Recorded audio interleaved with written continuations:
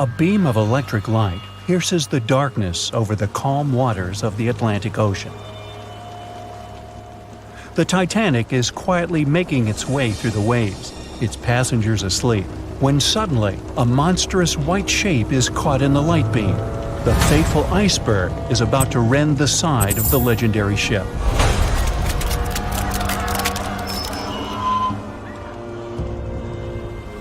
April 14, 1912, only 2 days before someone will take a photo of a giant iceberg with a pretty unusual elliptical shape. It turns out that this iceberg most likely formed out of snow that fell 100,000 years ago. Researchers used computer modeling to figure out its origin. They used data from 1912 and added some new information about winds and ocean currents. They concluded that the iceberg was probably a part of a small cluster of glaciers in southwest Greenland. These days, it's possible to calculate the routes of such icebergs in any given year in the past. So the infamous chunk of ice was on its way from Greenland to an area further south from Cornwall. If the ship had passed through that region only 2 days later, the iceberg would have moved far away from the point where they met. At first, the weight of the most well-known iceberg in the world was 75 million tons. With time, it started to slowly melt away. And when it sank the Titanic, its weight was only 1.5 million tons. By the time of the collision, it had probably been melting for months, but it was still a true monster. When the Titanic sank, the iceberg was 400 feet long, and more than 100 feet of its surface was above the water. Some people believe it was a supermoon that caused the Titanic to sink. That night, there was a rare lunar event. It hadn't happened for 1,400 years. In normal conditions, the iceberg wouldn't have traveled so far south without melting and losing the largest part of its mass. But the supermoon could have been the reason for an unusually high tide that pulled the iceberg away from the glacier way faster than usual. There's a specific type of bacteria that slowly consumes the remains of the Titanic. Salt corrosion, ocean currents, freezing temperatures, plus this rust-eating microorganism might consume the entire wreckage. American actress Dorothy Gibson was aboard the Titanic. She survived, and when she arrived in New York, she started filming a movie called Saved from the Titanic almost right away. The movie was released only a month after the Titanic sank, and in the movie, she even wore the same shoes and clothes she had during the actual disaster. The movie was a big success at that time, but the only known copy was destroyed in a fire. 14 years before the Titanic sank, a novella called Futility had been published, and it seemed to have predicted the whole event. The plot centered around a fictional ship called the Titan that sank during its voyage. The Titan was almost the same size as Titanic, and they both went to the bottom in April. The reason was hitting an iceberg, too. Both the real and fictional ships were described as unsinkable, and both of them had the legally required number of lifeboats, which, as it turned out later, were nowhere near enough. We've seen it in the movie, but there were some real-life love stories happening on the Titanic, too. 13 couples even took a trip on the Titanic as part of their honeymoon. One of the couples owned Macy's department store in New York. Once it became clear the Titanic was rapidly sinking, the woman refused to go into a lifeboat without her husband. But he didn't want to join her while there were still women and children who he thought had to go first. Then his wife gave her coat to her maid. She insisted that the maid should get into the lifeboat, and she wanted her to be warm. As for the woman herself, she decided to stay with her husband till the end.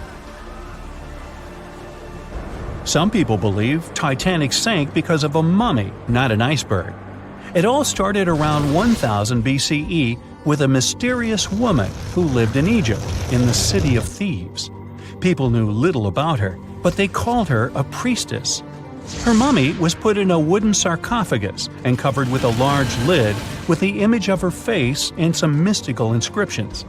This place had been hidden until the first half of the 19th century, when a group of locals accidentally came across it. They disturbed her peace. No one knows how, but the mummy disappeared that day without a trace. A couple of decades later, a group of rich friends from England traveled to Egypt and found the empty mummy casket with the image of the priestess, whose dark eyes seemed to be looking into the void. They decided to buy it, but the buyer disappeared the same night before he even got the case. All members of the group had some accidents. The casket changed its location a couple of times until it, as some believe, ended up on the Titanic. It took more than 70 years for a robot submarine to find the ruins of this legendary ship. The wreck lies nearly 13,000 feet under the surface of the Atlantic Ocean, split into two halves. Why did the liner break apart? No one knows exactly. Some think it happened because of the water that got inside when the ship collided with the iceberg. The pressure was so powerful it separated two parts of the vessel, starting with the ship's bottom structure. Others say it was because of the hull rivets. They had a high concentration of slag or smelting residue, and that's something that can cause the metal to split apart.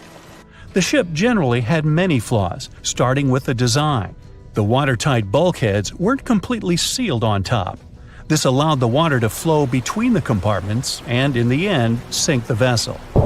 The iron of the ship's rivets and steel of the hull ended up ruined because of high sulfur content, cold temperatures, and high speeds. The steel shattered and the rivets popped out quite easily. Because of this, Titanic sank 24 times faster than it would have otherwise. If the ship had hit the iceberg head-on instead of ramming it with its side, it would have probably stayed afloat. How come the crew members didn't have binoculars?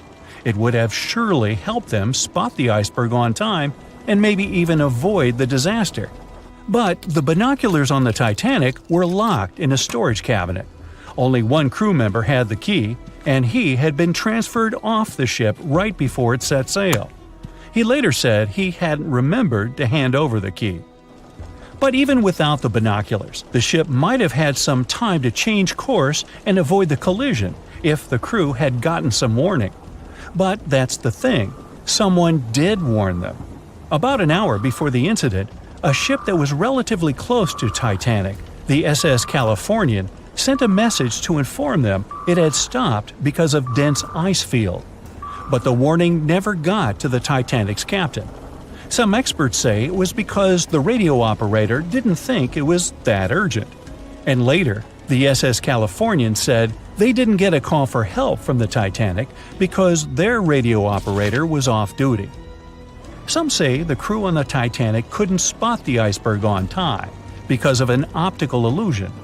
Atmospheric conditions that night probably caused super refraction, which could have camouflaged the berg.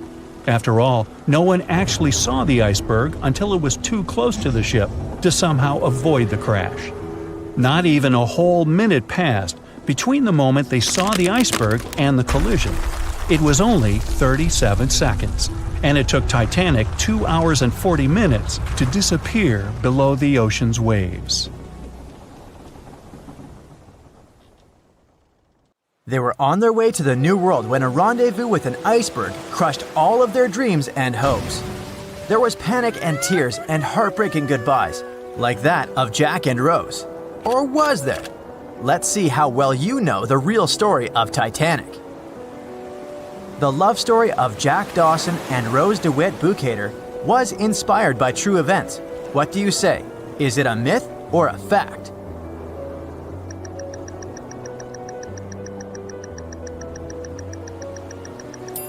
The most emotional Titanic love story was actually all made up by the screenwriter and director of the famous movie, James Cameron.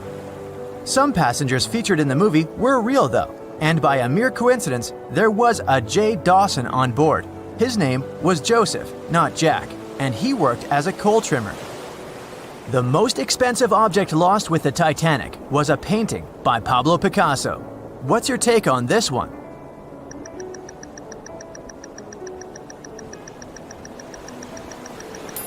It's a myth. Another one given to us by the famous movie. The most valuable item that went down with the Titanic was probably a Mary Joseph Blondell painting, created in 1814. Some other valuable items were a violin that belonged to Wallace Hartley, the musician who insisted that they had to play till the very last moment. There was also a 1912 Renault Type CB Coupe de Ville that would now cost millions of dollars, a handwritten manuscript by Joseph Conrad, first edition essays by Francis Bacon, 5 Steinway grand pianos, and, of course, some fine china plates and cups and first-class passengers' jewelry. The Titanic was the largest and the most luxurious passenger ship of its time. Does it sound real to you?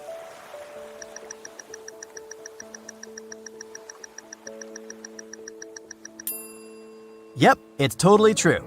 In April 1912, the Titanic was the largest ship ever built.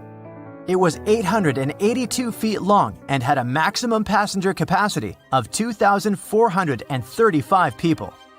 That's not a lot compared to the largest cruise ship of today, the Symphony of the Seas. It's just a bit longer than the Titanic, but has more than double the passenger numbers.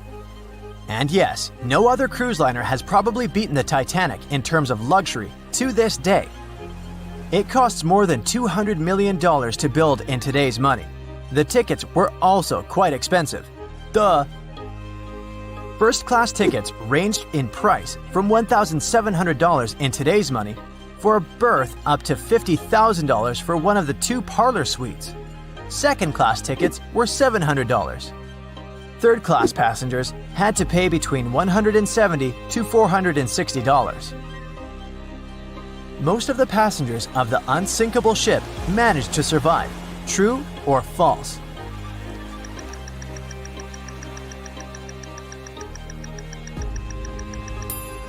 Sadly, it's false. Only 37% of all the passengers actually survived the meeting with the Titanic. Around 61% of the first-class passengers, 42% of the second-class passengers, and 24% of the third-class passengers made it out alive. The Titanic was passing through the Bermuda Triangle when things went wrong, and that's probably why it sunk. What do you say? Myth or reality?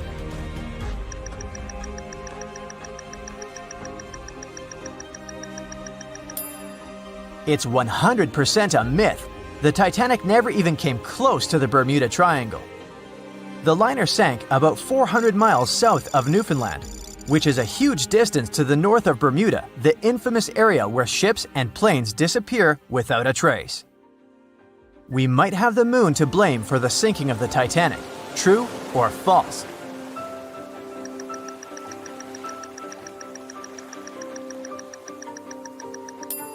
This one is true. The moon heavily affects the tides on Earth. The closer the moon is to the Earth, the stronger the tides are because of the increasing gravity of our satellite.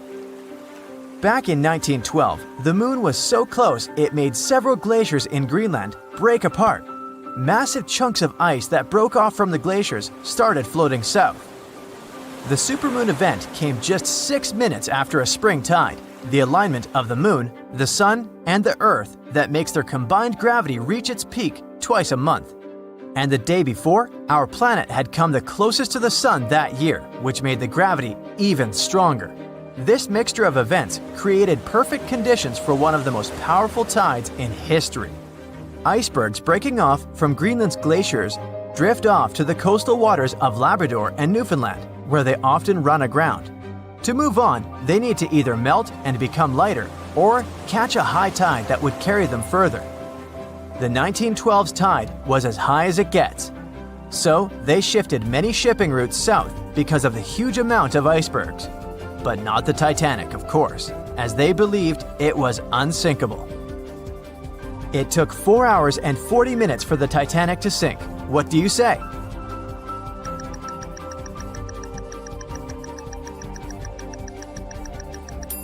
It's false, and if you're a Titanic expert, you definitely know it was actually 2 hours and 40 minutes. And this was slow enough, given the damage caused by the iceberg. It didn't sink faster, thanks to the ship's construction. There were 16 watertight compartments in the lower part of the ship. They worked as a lifeline. When the iceberg crashed into the hull, it broke into 6 boxes. The Titanic could have stayed afloat only if 4 compartments had been damaged. water filled the first 6 compartments within 1 hour. During this time, the ship tilted slightly to the right side. Then, water began to flood the 7th box when all 6 boxes were filled. And from that moment, the sinking rate was growing with every second. The ship's bow sank under the water, and then the stern filled up.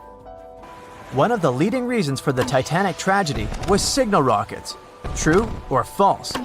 What's your take on it?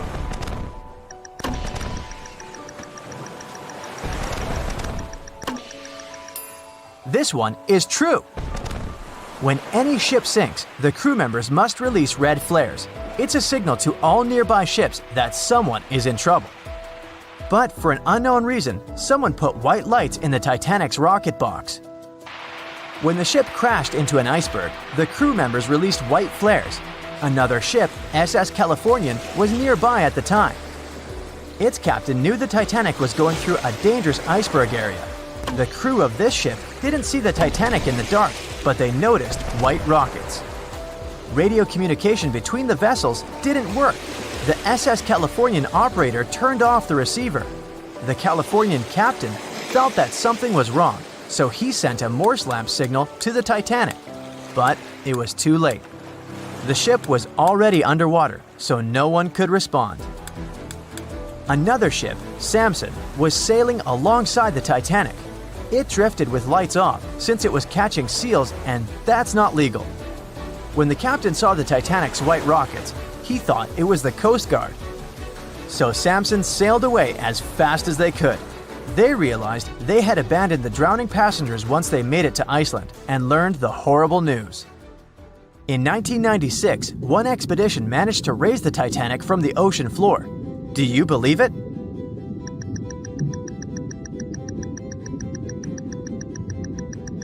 If you don't, you're right. There were different ideas on how to raise the Titanic, from doing it with compressed air to putting it in wire mesh and covering it with liquid nitrogen, or using giant magnets. The only real attempt to raise the Titanic was made in 1996, and it failed dramatically. The expedition's goal was to lift a part of its hull, weighing about 21 tons. It would still have been the largest piece to see the sunlight again, if the operation had succeeded, that is. They lowered 4 large bags filled with diesel fuel to the bottom of the ocean and attached them to the hull plate. Then, the fuel bags were released and they started lifting the pieces on their own. The plate was about 200 feet below the surface when the weather got rough. The expedition members decided to tow the part to calmer waters around 80 miles away. Long before they reached the towing destination, half of the plate broke off and sank to the bottom again. 2 of the lifting bags seemed to have broken loose, and the hull went down. The Titanic will most likely crumble to dust halfway up if someone tries lifting it again. So, how many correct answers do you have? Let me know in the comments below. On April 10, 1912, crowds gathered at Southampton Beach to wave off what was, at the time, the world's largest and most prestigious ship, the RMS Titanic. The cost of the most expensive first-class parlor ticket was $4,350. That's around $70,000 in today's money. But barely 5 days after steaming away, the ship was swallowed by the Atlantic Ocean. So let's rewind and go back to what actually happened on that fateful night. The captain wanted to set a speed record for the ship's maiden voyage and arrive early. The ship was deemed unsinkable, so he went full throttle into the dark Arctic waters. After spotting the 100-foot iceberg, the crew desperately tried to steer the vessel away and avoid the collision, but the Titanic was traveling too fast, and the iceberg tore down the side of the ship, creating a huge opening in the hull. It wasn't a continuous rip, and damage was caused in several places. In total, the damage spanned along an area of around 300 feet. But the ship's designers had prepared for the prospect of a collision and added watertight compartments down each side of the ship to act as a buffer zone. 4 of these compartments could be breached and the ship would still stay afloat. But because the iceberg tore down the side of the Titanic, it ripped holes in 6 compartments. The compartments didn't extend up the total height of all decks and weren't actually sealed at the top. This is why, when more than 4 were flooded, Water reached over the top of the bulkheads and filled the remaining compartments, causing the ship to sink into the ocean. Think of it as water spilling over an ice cube tray. But what if the collision was head-on? Would it still have sunk? Ships are designed with potential crashes in mind, and most vessels have collision bulkheads in the bow. Most of all, it's like your car's bumper or crumple zone. It's a safety feature that can withstand a direct hit. The bow could have taken some of the impact, and some experts have suggested that if it hit head-on, only 2 to 4 of the watertight compartments would have been flooded. So, in theory, the Titanic might not have sunk, and it might have even been able to continue sailing to its final destination at a much slower speed. The force of impact would likely have been huge, though. But although passengers would have been injured by the force, they'd have been able to stay on the ship to wait to be rescued by other ships, rather than being forced into the icy waters of the Atlantic. Still, one of the Titanic's designers, Edward Wilding, suggested that the force of the impact might not have actually been that big. He told the British Inquiry that lots of people scarcely felt the collision, and he believed the ship would not have sunk if it did hit the iceberg head-on. The ship was also designed with remotely operated watertight doors between all compartments, so any floods could have been quickly sorted out. Because Titanic had 6 breaches from the side collision, and because it happened so quickly, sealing the doors wouldn't have made a difference, as it was essentially impossible to save it by that point. The ship immediately began to flood, with water pouring in at a rate of roughly 7 tons per second, 15 times faster than it could be pumped out. So, while it sounds like the Titanic would have survived had the ship hit the iceberg head-on, this idea does come with some issues. First off, the collision bulkheads were designed to survive a crash with another ship, not a giant iceberg. If 2 ships collided, both would absorb some of the impact in their bulkheads, sharing the impact and likely staying afloat. But an iceberg is stationary, meaning that Titanic would absorb most of the energy from the collision. If Titanic hit head first, because of the speed it was traveling, the impact would have likely traveled down the whole body of the ship. Just imagine a 46,000-ton ship traveling at around 20 knots. At some point, it hits an iceberg that weighs what could be over 100,000 tons. This collision would likely create a powerful force causing massive damage to the vessel. It is likely that seams would split, staircases would come tumbling down, and rivets would burst open across the ship. All that would have potentially flooded even more compartments. This could have caused Titanic to sink in a matter of minutes rather than hours. But that's just the tip of the iceberg. As we all know, the biggest part of it is hidden underwater. So if Titanic had been traveling head-on, it's likely it would have hit the part of the iceberg below the water first, which would send it veering off course. Hitting an iceberg is not like hitting a brick wall. In this case, the ice under the water would have torn open the bottom of the ship and caused damage to the sides. Icebergs also aren't flat, solid objects. If a flat collision happened, the ship might have stayed afloat, but icebergs come in many shapes and sizes, from domes to wedges. Studies have also been done on the steel used to produce Titanic, and the tests show the metal was about 10 times more brittle than the steel we use today. The ship was built before we understood the effects of low temperature on steel. The old steel used to make the vessel would not bend when faced with freezing temperatures, but break. Recovered pieces of Titanic's hull plates show that the hull just shattered on impact. Hitting head-on would also cause a very severe and abrupt stop, so even if the ship hadn't sunk, there would still have been major issues.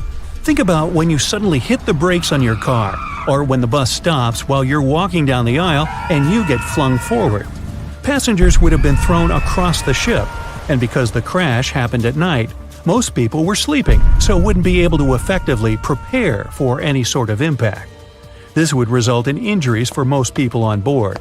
It would be especially bad for those at the front of the ship, where the accommodation for the off-duty firefighters, greasers, and engineers was.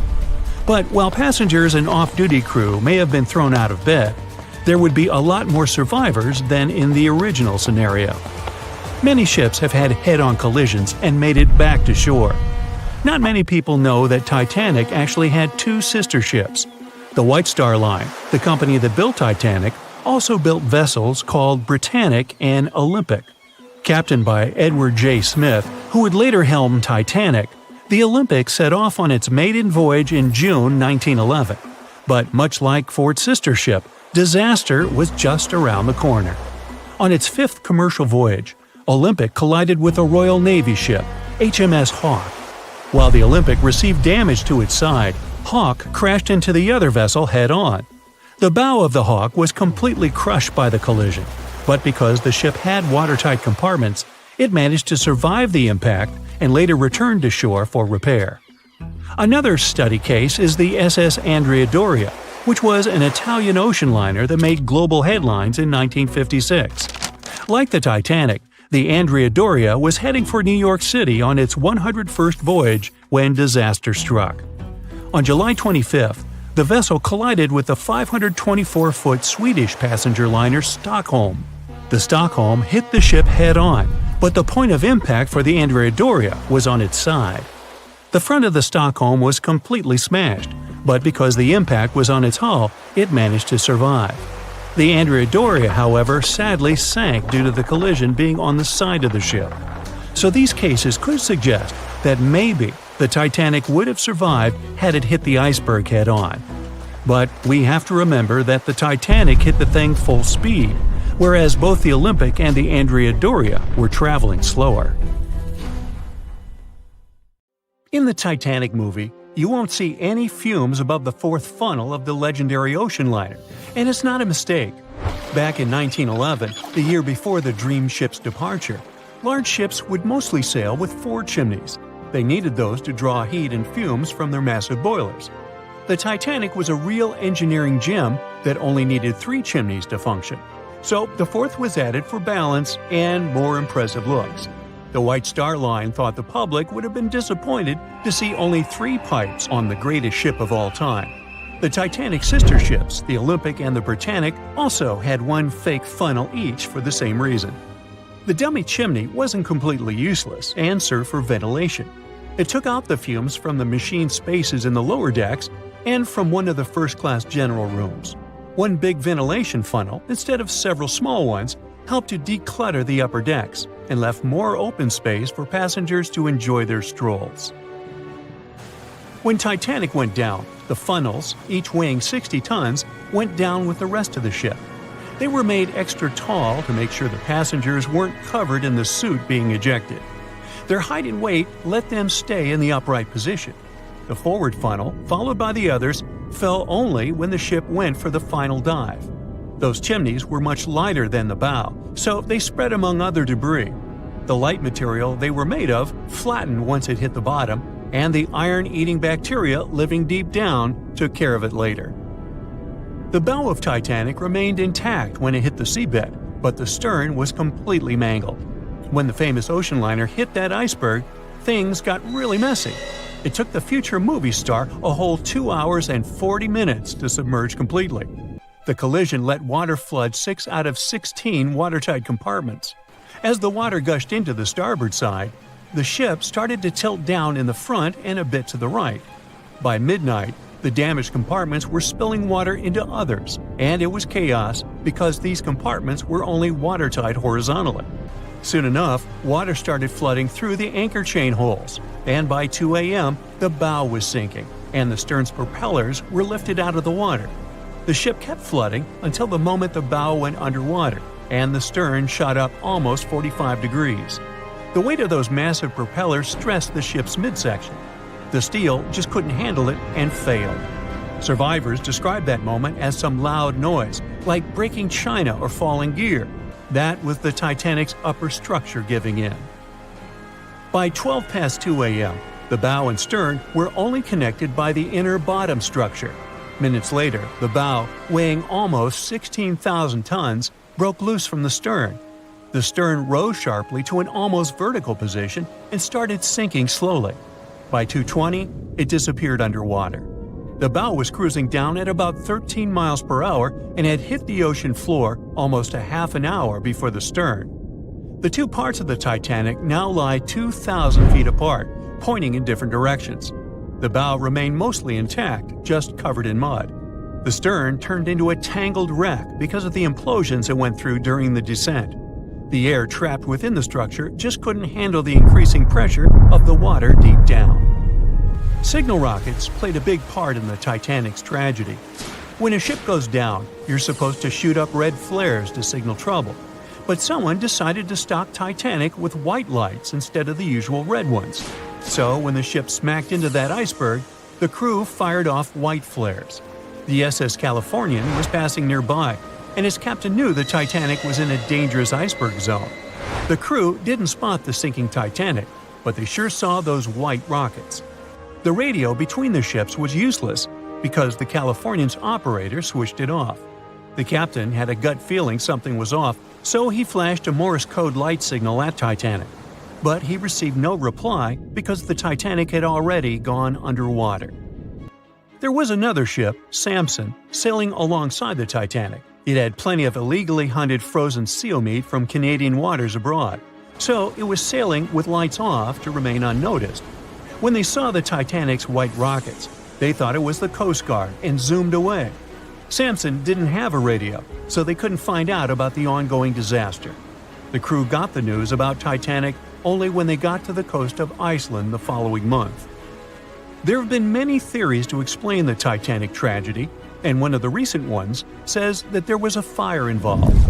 An Irish journalist went full detective for decades, digging into the mystery, and stumbled upon a game-changer. He came across a photo album that had been hiding from the public for a century after the tragedy.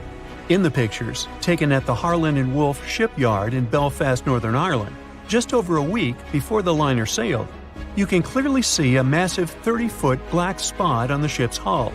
Maloney researched the photos and eyewitness testimony from the time and claimed that a fire spontaneously broke out inside of one of Titanic's enormous coal bunkers. It was raging for a whole 3 weeks and messed with the metal, critically weakening a crucial segment of the ship's hull. Back then, most ships had just one hull, so it was the only skin the Titanic had. That's why the iceberg managed to punch a hole through the ship so easily. If it hadn't been for the fire, the Titanic might have shrugged off that iceberg collision. The company operating the liner knew about the fire, but they decided to conceal that fact. They didn't want any negative stories in the press as they faced some serious competition in transatlantic voyages. The Titanic was sold out, so they stocked up on coal and made it sail. The moon might have also played a role in the sinking. Our satellite heavily affects tides on the Earth. The closer it is to our planet, the stronger the tides are because of the increasing gravity of the moon. Back in 1912, the moon was so close it made several glaciers in Greenland break apart. Massive chunks of ice that broke off from the glaciers started floating south. The supermoon event came just 6 minutes after a spring tide. During new and full moons, the alignment of the moon, the Earth, and the Sun makes their combined gravity reach its peak. And the day before, our planet had come the closest to the Sun that year, which made the gravity even stronger. This mixture of events created perfect conditions for one of the most powerful tides in history. It created the perfect conditions for the icebergs breaking off from Greenland's glaciers to move freely. Opponents of this theory say that the difference in tidal force wasn't actually that big, and it couldn't have been the main cause of the sinking. The iceberg tore down the side of the ship, leaving a huge opening in the hull. It wasn't a continuous rip, and damage was caused in several places. Some experts believe the ship would have survived the iceberg if it had hit head-on. The Titanic had watertight compartments designed to prevent flooding in case of a collision. Only the first 3 or 4 of these compartments would have been flooded. This could have helped save a lot of lives. Supporters of this theory put the blame for the disaster on First Officer William Murdoch. Huge, fast-moving ships don't just turn in a matter of seconds like a speeding car. It takes minutes. When Murdoch realized the collision was inevitable, he tried dodging left to avoid a direct hit. But despite his efforts, the ship still collided with the iceberg. You know the rest. Can you guess how many theories of the Titanic's sinking exist? Right, loads, including a theory of my own, which I'm going to share with you today. And then you can decide which one seems most likely to you. One Piece theory. The very first version of the events was the One Piece theory. It's very simple and basically claims that the sinking happened without any breakups. 2:15 a.m., the ship collides with an iceberg. 2:18 a.m., the lights go out. The ship reaches an angle of 45 degrees and then quickly begins its final plunge into the ocean depths. 2:20 a.m., only about 3 minutes later, the RMS Titanic disappears under the surface of the ocean for good. The liner doesn't break, it just goes down as a whole piece. Of course, this can't be true. In April 1912, the Titanic was not only the largest ship in the world, but also the largest ship ever built. It's hard to believe that such a heavy vessel could have gone down without breaking. That's just impossible. Well, I mean, you can't blame the theorists. Before we found the wreckage, there were no other theories. Wait a minute, or were there? The day after the disaster, the survivors gave their interviews. They talked about what had happened, and some of them claimed that the ship had actually broken in two when it had been flooded. For example, Jack Thayer, a 17-year-old boy, outlined the sinking as he remembered it, and L.D. Skidmon drew a sketch based on his description. The picture clearly showed the ship breaking in half. But no one believed Jack or other witnesses. There was no evidence, so their claims were received with a grain of salt. But in 1985, things changed. First breakup theory. That's when Robert Ballard found the wreckage of the Titanic in the depths of the ocean. When people saw the wreckage, it became clear that Jack and the other survivors had been right. The Titanic did indeed break in two when it sank. So it's time for a new theory. 2:15 a.m. The keel breaks, the starboard list eases, and the hull continues to bow and crumble. 2:17 a.m. The galley sections break off. The towers immediately drop under their own weight. The lights go out. The stern is pulled into the air. The bow breaks off and starts sinking. The aft is barely hanging on to the starboard side of the stern section superstructure. The stern section slowly lists over to port as it begins sinking again. It rises up one last time and pivots in a semicircle as it sinks. It all sounds pretty convincing, right? But people began to find plot holes in this theory. For example, the Titanic couldn't have held together until it reached such a high angle. The breakup would have had to begin much earlier. This only meant there was still a vast field for research and speculations. So people started to come up with their own possible scenarios. How about we look first at the ones no one likes? V-brake and Aaron 1912 V-brake. According to the first breakup theory, the Titanic reached a high angle, and the weight of its unsupported stern caused it to crack from the top down. But it's physically impossible. So, are there any other ideas? In 2006, Roger Long, a naval architect, decided to research a so-called V theory. 2:17 a.m. The breakup begins at a shallow angle, perhaps as little as 11 degrees.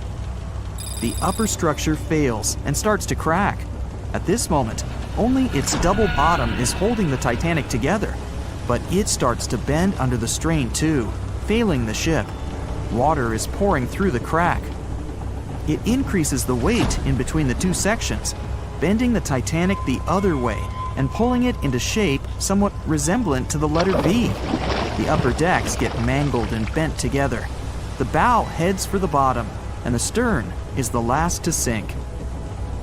This theory has since been disproven many times, though. Roger Long believed it because the broken edges of the upper decks in the Titanic's bow section were all mangled and crushed. However, we have learned that it happened because of the so-called hydraulic downburst, the force of the water crashing into the deck as the Titanic hit the ocean floor. Another V-brake theory states that the bow had risen out of the water after the break. This theory was mainly peddled by one former Titanic enthusiast. But not only has this theory been proved to be physically impossible due to the bow's incredible mass, it was also inspired by incorrect information. Remember Jack Thayer?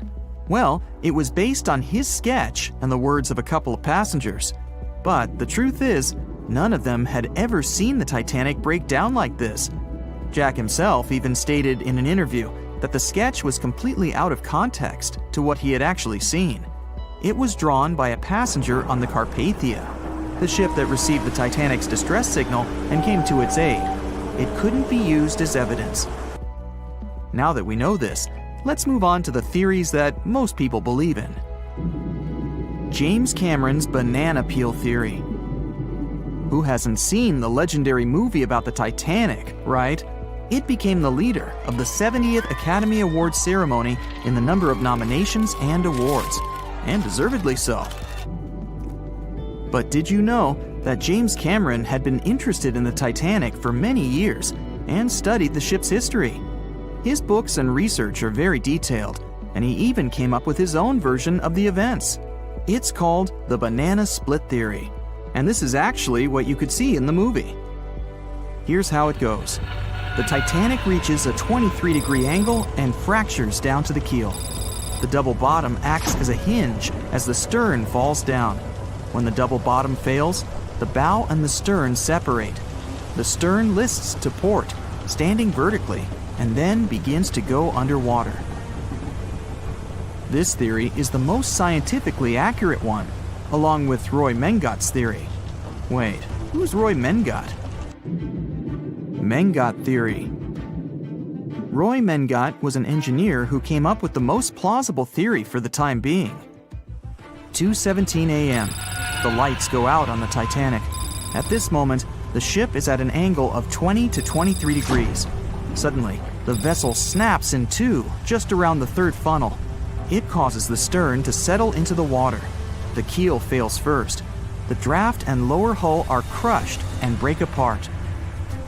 Water surges into the bow and stern of the ship through the huge cracks, causing the bow section to sink beneath the waves. The stern rises up to the angle of 70 to 90 degrees, and then it sinks too. This theory seems to make the most sense, but it's quite controversial.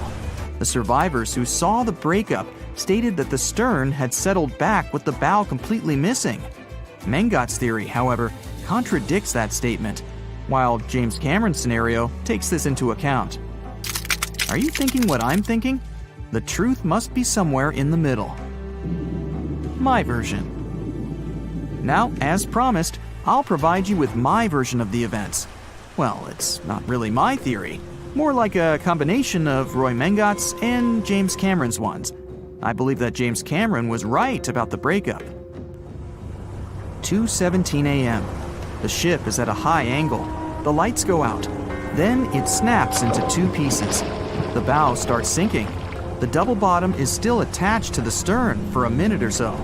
Once the double bottom fails, the two parts separate and the bow goes down. Then, as Mengat said, the stern rises up at a high angle, and then it begins to sink vertically. It might have actually happened because the survivors stated that they had seen a clean break. This means it couldn't be hidden.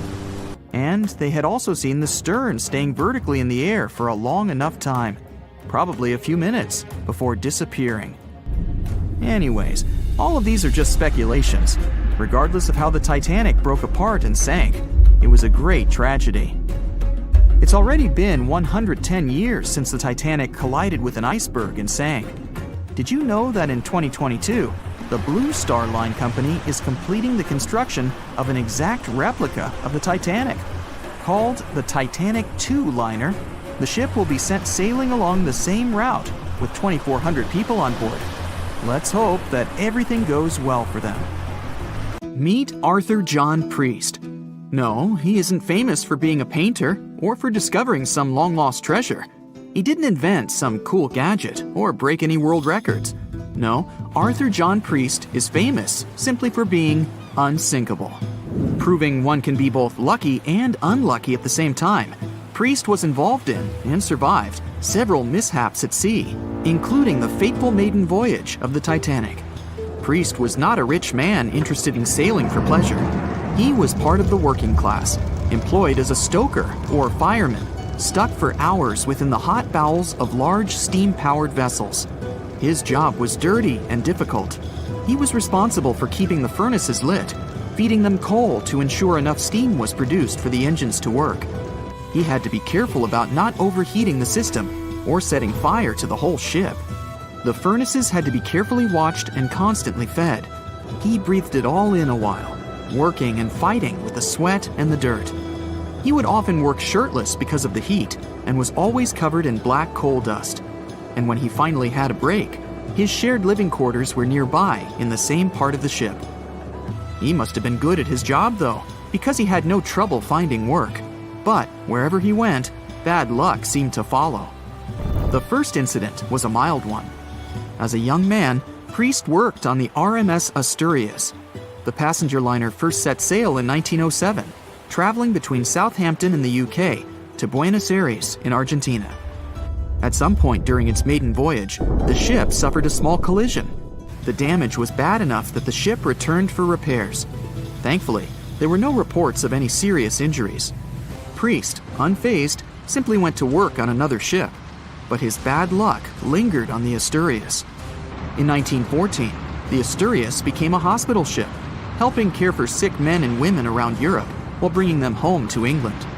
But in March 1917, at just around midnight, the ship was struck by a foreign object. Its hull was breached and the engine room flooded. The captain ordered everyone to abandon the ship, sending crew, patients, and health staff scrambling for the lifeboats. The vessel was still moving, powering through the water because the main controls, located within the flooded engine room, could not be turned off. The captain refused to leave the ship while people were still trying to escape. He was able to aim the Asturias towards Bolt Head, where it finally hit land and couldn't sink. The remaining lifeboats were lowered and the final survivors made it to safety. When they studied the damage on the ship later, the Asturias was declared a total write-off. It might be hard to pin this particular disaster on Priest. After all, he wasn't even on the ship at the time. But it seemed that many of the ships on which he served were destined for trouble. His bad luck followed him to his next job on the RMS Olympic, a massive ocean liner. The Olympic was big. In fact, it had been designed and built as part of the fleet that included the Titanic. But with size came sacrifice. The Olympic was great at moving in one direction, but very difficult to handle when it needed to turn. It was September 1911. The Olympic was trying to alter its course. The Hawk, a smaller ship sailing nearby, didn't give the larger vessel enough room to maneuver, and the two slammed into each other. Because the Hawk was engineered to deal with potential confrontations when out at sea, its reinforced bow tore through the Olympic. Two large gashes appeared on the ocean liner's side. The propeller shaft was badly twisted, and worse, the ship began to take on water. Somehow, the Olympic made it to shore without sinking, and nobody was seriously hurt. Priest had no idea that this was just a small taste of what his future held for him. He next found employment on a brand new ship, a better ship, an unsinkable marvel that was said to be the biggest vessel to have ever been built. Yes, he was going to work on the Titanic. And what a job! It took 29 boilers, requiring 850 tons of coal a day to produce enough steam to power the Titanic. Priest was just one of 150 stokers toiling away in the ship's underbelly, keeping those fires burning day and night. He made around $30 a month. But on April 14, 1912, he would find himself flung from a world of extreme heat to one of blistering cold. At approximately 11:35 p.m., the crew spotted an iceberg. The Titanic tried to avoid it, but the alarm had been sounded too late. 5 minutes later, the two collided. The iceberg tore through the hull, and the once watertight compartments inside were badly ruptured. As the cold Atlantic water flooded in, the ship began to sink. Distress signals were sent, but the closest ship, the Carpathia, was over 3 hours away. In the dark of night and stuck in the middle of nowhere, the crew and passengers panicked. Those who could scrambled for the lifeboats. Others jumped into the icy waters. In total, only 706 survived that terrible night. Priest, at the time of the collision, was down in the ship's lower quarters. He was on break, relaxing from a hard day of work. And as the ship went down, so did his chances of survival. He and his fellow workers were in the most dangerous position on the ship. They had to make their way through a maze of corridors and gangways, some of which were flooded, in a mad dash to the deck. And then they faced the frigid water, jumping in and desperately swimming to safety. The ocean was so cold that Priest even suffered frostbite before finding his way onto a lifeboat. He was one of only 44 stokers to survive that night. After an experience like that, most of us would never set foot on a boat again. But Priest had to work. His next job also ended in disaster. He was offered employment on the HMS Alcantara. It went down in 1916, and Priest was again one of the few to make it to safety. He was badly wounded in the process. But he kept pressing his luck, and his next job as a stoker may have felt eerily familiar. He would be working on a ship built by the same people behind both the Olympic and the Titanic. And this ship, named the Britannic, was the biggest of the three. It was also believed to be a superior vessel, fitted with new safety features after the Titanic sank. For example, it had 48 open lifeboats, 46 of which were the largest ever used on a ship before. 2 of these were even motorized and equipped with special communication devices. The good news? The Britannic survived its first trip without incident. It was already doing better than the Titanic ever did. However, on November 21st, 1916, the Britannic was shaken by a loud explosion while traveling through the key channel in the Aegean Sea. The hull was damaged, and some of the compartments began to fill with water. But, unlike the Titanic, the Britannic had been designed for just such an emergency. It had been fitted with 5 watertight bulkheads. Intact, these would help keep the ship safe and floating for a much longer period of time. But there was one issue. Portholes along the lower decks had foolishly been left open. As the ship tilted, the portholes let in water, which flooded the Britannic and hastened its descent into the sea. This effectively made those watertight bulkheads useless. The ship was going down fast, much faster, in fact, than the Titanic had sunk. 35 of the lifeboats were successfully launched, saving most on board. Of the 1,066 passengers and crew, 1,036 survived. Priest, his luck intact, was one of them. And yet, he still wasn't done with a life at sea.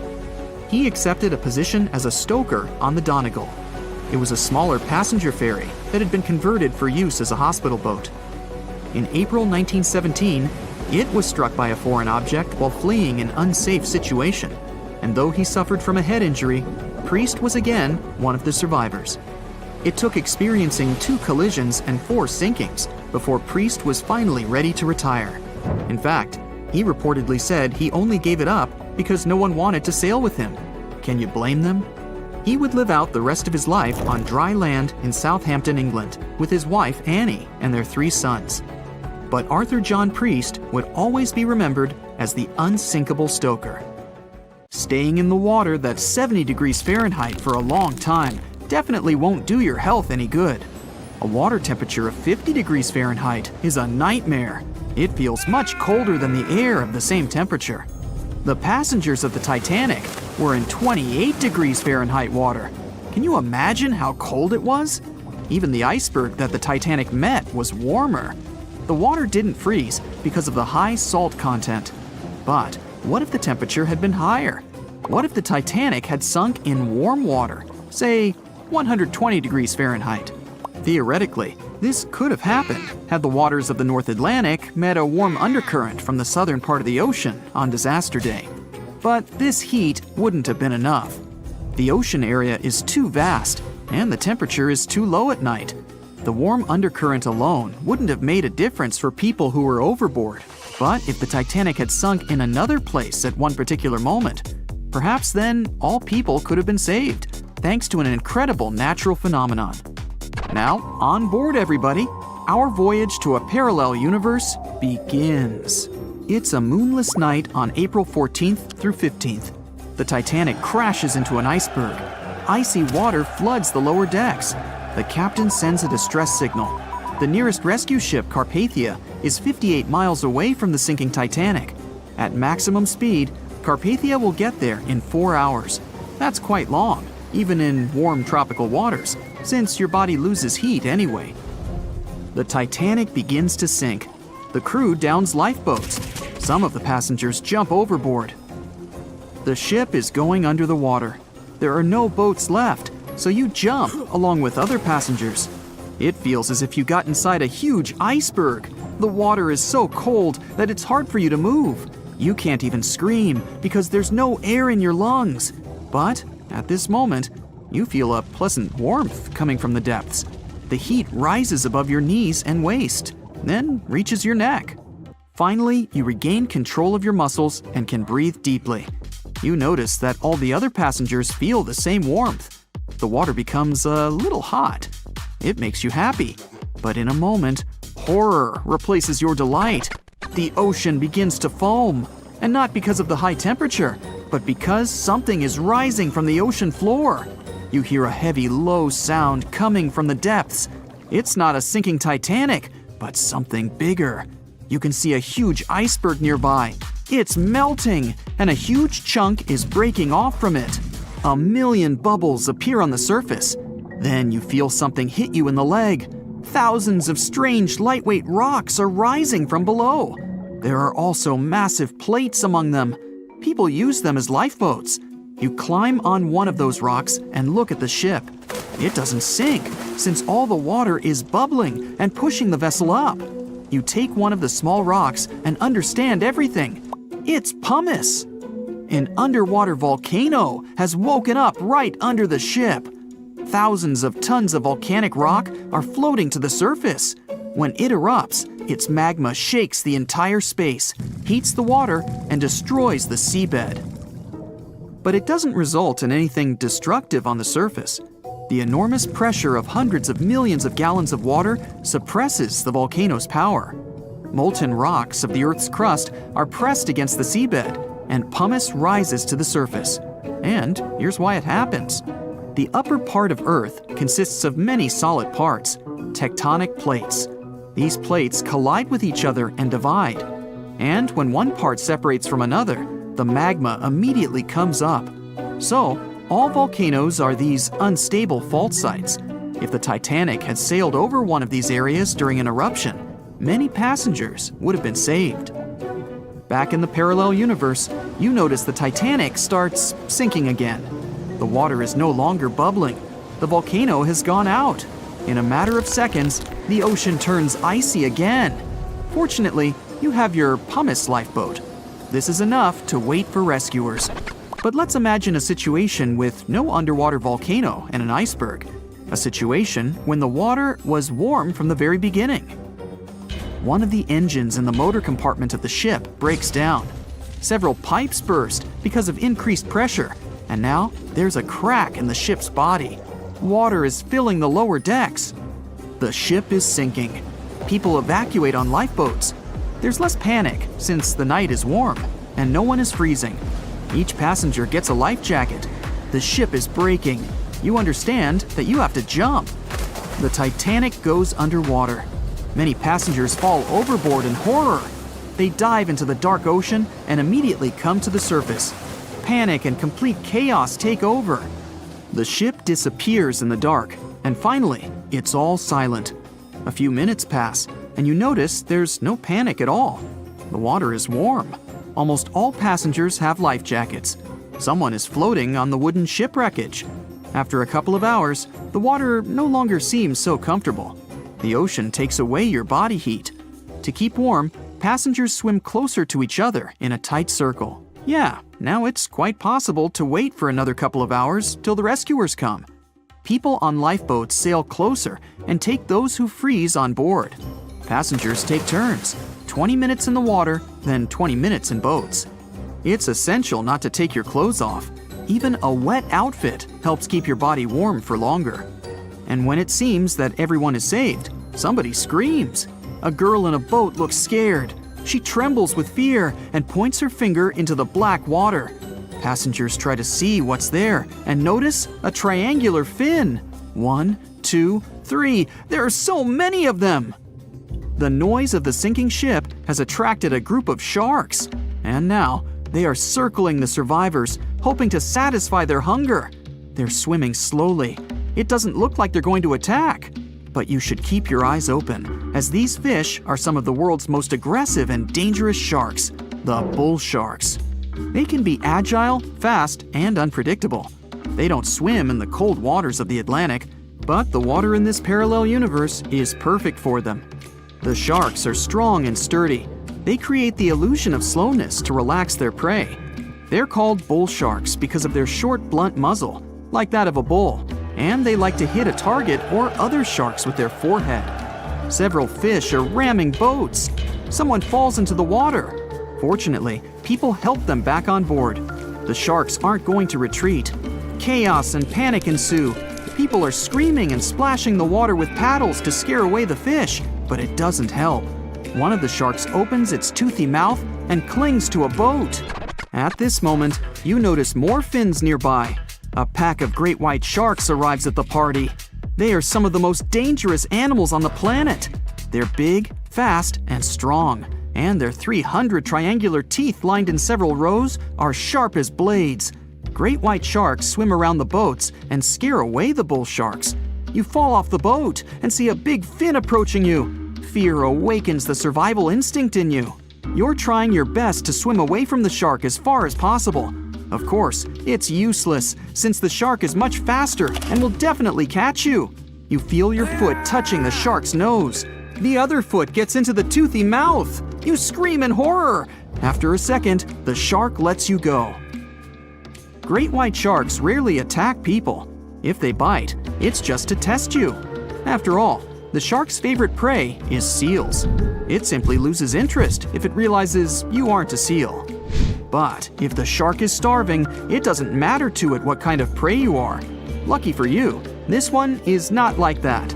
Those survivors in the boats have almost nothing to fear either. Great white sharks don't attack them. They can push boats slightly, but only to test them. The great white shark is swimming away from you. But a bull one appears, and it looks like it's hungry. The shark is swimming towards you, opens its mouth, and a loud ship horn penetrates the water. This is the RMS Carpathia that has come to the rescue. All the sharks swim away scared. All passengers are saved. Back in our universe, another ship that had been nearby could have saved the passengers much earlier. But that's another story. You know SOS, don't you? 3 dots, 3 dashes, and 3 more dots. It's an easy enough signal to tap out in Morse code. It means save our souls or save our ship. The crew of the legendary Titanic had been desperately trying to send this signal for 2 hours the night of April 14, 1912. There were other ships not too far from the spot where the iceberg took down the mighty Titan of the sea. But the call for help seemingly disappeared before it could reach them. The passenger ship SS Mount Temple did pick up a signal and try to respond, but the Titanic never got the answer. So what was silencing the ship's cries for help? Some unknown Bermuda Triangle of the North Atlantic? Consider this. Eyewitnesses say the sky was painted with a brilliant aurora borealis that cold, fateful night. Beautiful, yes, but on that day, the northern lights may have sealed Titanic's fate for good. You see, the aurora borealis forms thanks to geomagnetic storms. Sounds complicated, but those are basically fluctuations in the Earth's magnetic sphere. And what causes those is the sun itself. The magnetic sphere is like a protective bubble that surrounds our planet. It blocks harmful solar rays, winds, and other cosmic dangers from reaching us. Without it, life on our planet wouldn't be possible. Earth would look more like Mars. You also have it to thank for compasses pointing north. Experts know the Earth's magnetosphere affects navigational equipment, or disrupts it. Which brings us back to the Titanic. Recently, a published weather researcher named Mila Zenkova proposed a theory that solar flares, which provoked a geomagnetic storm, could have played a major role in the Titanic's untimely demise. Solar flares make themselves known on Earth all the time. Some people are especially sensitive to the magnetic storms they cause. These unlucky folks can feel weakness, fatigue, headaches, and even mood swings. On usual days, the pressure is the same on both sides. The magnetosphere blocks all the bad stuff, and we're all happy. But sometimes explosions occur on the sun. They can be massive, Earth-sized. These flares shoot out a wave of charged particles that collides with the magnetosphere at high speeds. Our protective bubble then goes on the defense. It shrinks, deforms, and pushes those particles toward the poles. Enter those brilliant lights dancing above the Titanic that night. In the north, we know it as Aurora Borealis. In the south, Aurora Australis, or the Southern Lights. When the magnetosphere pushes those solar and cosmic particles toward the poles, they collide with molecules of different gases. That's why you get the range of colors. For example, oxygen can be green or red depending on the distance, and nitrogen is blue or purple. What multiple people saw that night was exactly this phenomenon, including the second officer from the rescue ship Carpathia. He wrote it down in the logbook before getting the distress call from the Titanic. But I'm getting ahead of myself. Auroras are a visible sign of a geomagnetic storm. Now, about navigational equipment. This applies to satellite and radio frequency devices. Remember, they didn't have iPhones back in the Titanic days, so the average person couldn't notice their gadgets going haywire. But navigational devices and wireless telegraph did exist and were actively used. Rewind back to the Middle Ages, when sailors noticed that, on some days, compasses wigged out. The arrows spun in all directions, and people back then had no idea why. It wasn't until the 18th century when French scientists found out that such problematic days occur at the same time as black spots appearing on the sun. Solar flares. The mystery was solved. Now, the Titanic had the most advanced, well-known radio equipment at that time. They tested it thoroughly to make sure it worked for distances up to 2,000 miles away. Titanics passed them all. On April 10, 1912, the massive liner left Southampton and set off for New York. The very next day, the crew started getting the first reports of drifting icebergs and ice fields. They put dots on the map to mark the coordinates and let out a sigh of relief. All the troublesome spots were north of the Titanic's planned route. But after a couple of days, the warnings were moving farther and farther south, encroaching on the majestic ship. On April 14th, Captain Edward Smith decided to change course to the south in hopes of bypassing the ice. This ended up being a huge mistake. Enter the magnetic storm. If it was throwing the navigation equipment off, even by a tiny error of half a degree, the captain could have been mistakenly taking the ship right toward a cluster of icebergs. What's even worse, the radio operators ignored warnings coming from other ships. That, or they simply forgot to hand them over to the captain. As hired contractors from the radio company, they were more interested in transmitting paid telegrams from passengers on that luxurious liner. The radio transmitter kept going out of order that evening, probably because of all this private traffic. When it was finally fixed, operator Jack Phillips received another message from the SS Californian at 10:30 p.m. Their operator was trying to warn Phillips about the coordinates of drifting icebergs, but he paid them no attention. He was nervous and in a hurry. Was the magnetic storm to blame for his frayed nerves and bad mood? We can only speculate. But as you know, some people are more sensitive to these things. The weather was fine, the ocean was calm, the water was smooth as glass. Despite all the warnings, the ship continued to sail at a maximum speed of over 22 knots. An hour later, Titanic collided with the infamous iceberg. On April 15th at 12:14 a.m., in the middle of the night, Titanic's operators started to transmit the first emergency signals. The SS Californian was sailing just 20 miles from the Titanic. They could have easily come to a quick rescue. But 10 minutes before the disaster, the Californian's radio operator had gone to bed. He was the only one who understood Morse code on the ship. According to this new theory, the magnetic anomalies possibly blocked Titanic's messages to other ships.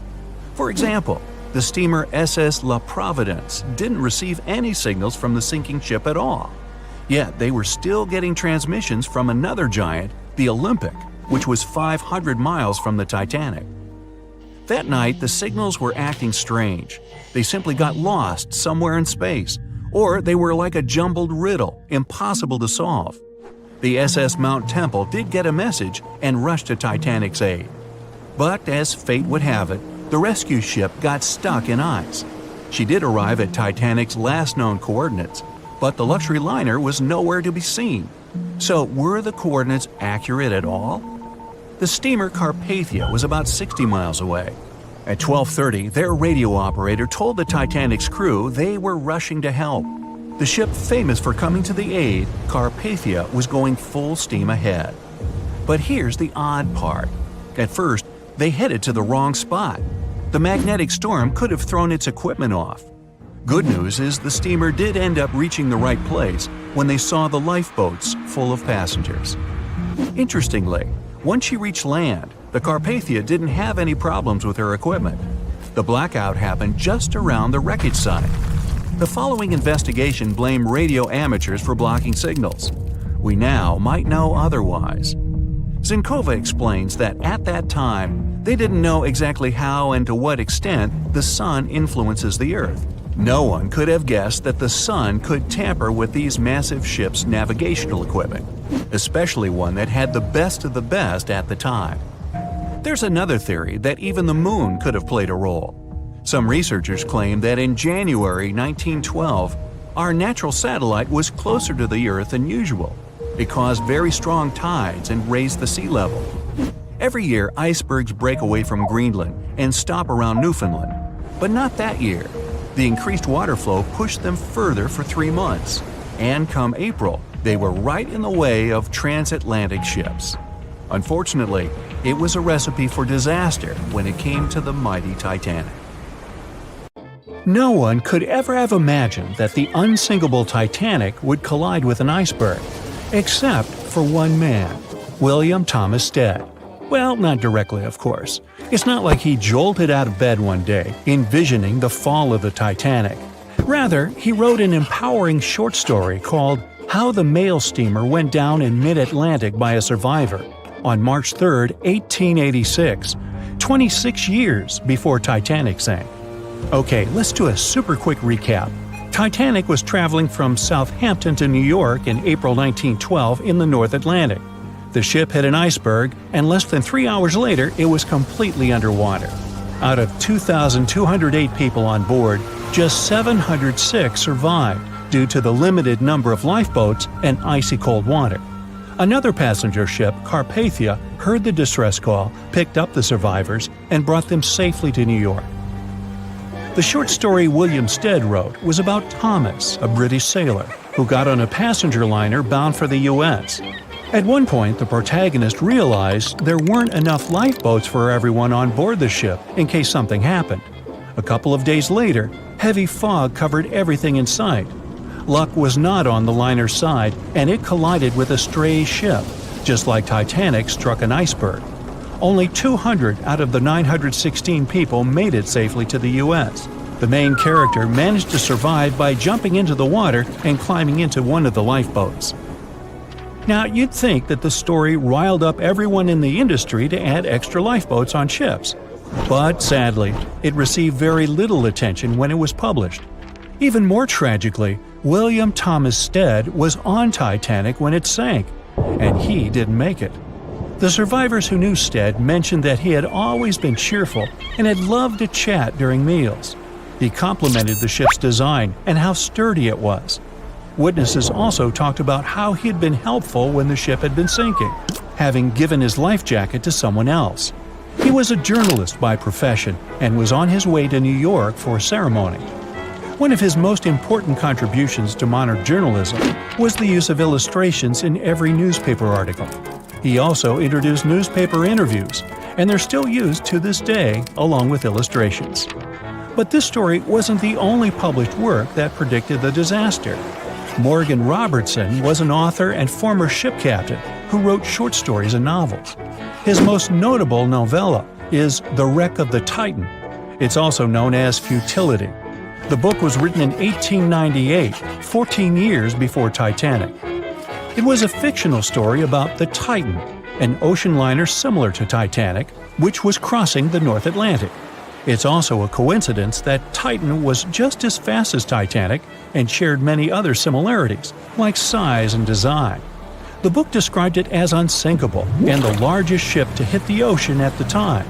That's what they said about Titanic, too. Another eerie similarity was the limited number of lifeboats it had. The story took place in April, and that's when Titanic set off on its journey and hit the iceberg. The Titan story also mentioned that barely anyone had survived that horrible accident. Unlike Stead's story, the protagonist of Robertson took a different path.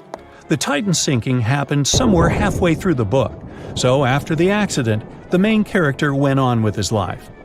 The book was brought back into the spotlight after the Titanic disaster.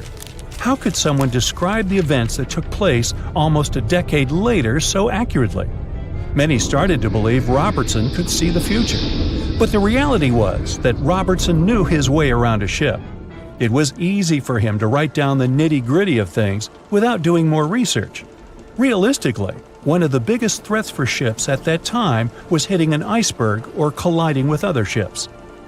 The next story sounds somewhat mysterious. Once, Alex Mackenzie heard a voice that warned him not to board Titanic.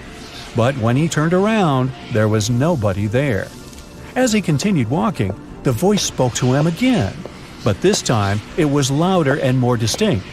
He took the warning seriously and decided to cancel the trip and go back to Glasgow, Scotland, his hometown. His grandparents weren't too happy to find him back home instead of on Titanic. After all, the ticket was very expensive. That disappointment very soon disappeared when they heard that the ship had struck an iceberg. John Coffey was a member of the crew of Titanic, but he decided to ditch the ride when the ship stopped at his hometown in Queenstown, Ireland.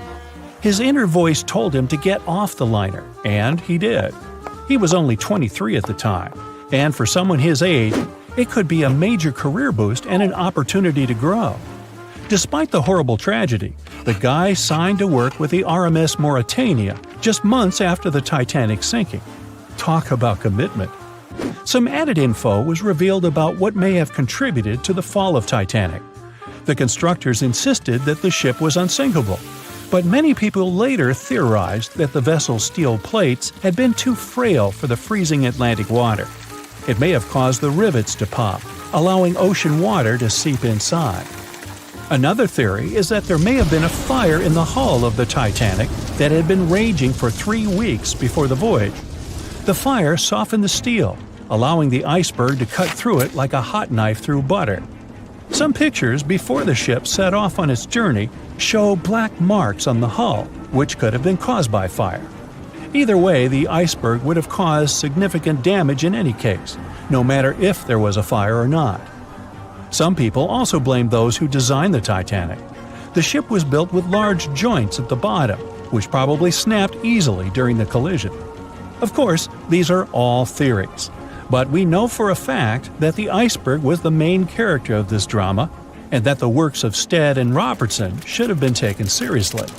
Either way, this should be a lesson for the future, helping to prevent similar tragic accidents. By the way, ocean liners and passenger ships wouldn't exist if it hadn't been for Thomas Newcomen. In 1712, he invented a steam engine that was so strong it could produce enough energy to power a ship. And a century later, in 1819, the first steamship traveled across the Atlantic Ocean to Liverpool, UK. It only took the vessel 29 days to cross the ocean. The passenger ship industry boomed in the early 1900s when it became easier for people to move to America or go on holidays. As decades rolled by, the use of aircraft stole the spotlight from passenger ships since planes were faster and more efficient. Nowadays, it's quite rare for a passenger ship to collide with anything in open water. Modern technologies can detect anything that can pose a threat and even predict stormy weather. Cruise ships these days are giants compared to the vessels of Titanic's era. Modern ships can carry almost twice the number of passengers and have amenities folks back then could only dream of. Most cruise ships these days have several restaurants to choose from, multiple swimming pools, and game rooms to catch a break. If you're in the mood for some fun, you can watch live performances. Don't forget about the helicopter pad, because why not? Don't worry if you start feeling unwell. The in-house doctors are always there to help any passenger in need. And these ships are only going to get bigger. Putting Titanic and a modern cruise ship side by side is like comparing a corgi to a Doberman. Back then, Titanic was the biggest and most cutting-edge vessel anyone could dream of. So, who knows what the future of cruise ships can hold? We might even have entire cities floating around. That would be a really big boat. It was the biggest ship ever built in its time, and it was supposed to be unsinkable. But within days of steaming out on its first voyage in 1912, the Titanic was gone beneath the relentless waves of the North Atlantic Ocean. And of its more than 2,200 passengers and crew, only 706 survived that dreadful night. Would a smaller ship have fared any better in the same situation? Did the size of the iceberg truly matter in the end? Was it a mistake for the ship to change course at the last minute as it tried to avoid impact? These are three questions that have people pondering, what if? We do know that Titanic was considered an engineering marvel in its day. Designed by Thomas Andrews for the British shipping company White Star Line, it was just over 880 feet long and 175 feet tall. Built with abundant space for 840 staterooms, a swimming pool, a squash court, a gym, and 2 dining rooms. But it was below deck that one of its most impressive new features could be found. Titanic's hull was divided into 16 compartments designed to be watertight. Up to 4 of these compartments could take on water in the event of a breach, with the remaining 12 helping to keep the damaged ship afloat. It was thanks to these compartments that the ship was regarded as unsinkable. Rumor has it that Philip Frank, White Star Line's vice president, even declared, "There is no danger that Titanic will sink. The boat is unsinkable, and nothing but inconvenience will be suffered by the passengers." On April 14, 1912, that proved to be mistaken when Titanic struck an iceberg. As ice ripped along the ship's hull, several of those watertight compartments ruptured. It took only 2.5 hours for Titanic to sink. Did the size of the iceberg that hit Titanic seal its fate? Would a bigger or smaller iceberg have made any difference? Icebergs come in a wide variety of shapes and sizes. They are pieces of ice that have broken away from glaciers or ice shelves in the Arctic and Antarctic, and are now wandering across the ocean until they eventually melt. One of the tallest icebergs ever found would have easily dwarfed Titanic. Discovered in 1957, it was 550 feet high. That's close to the height of the Washington Monument. Imagine ramming into something that big.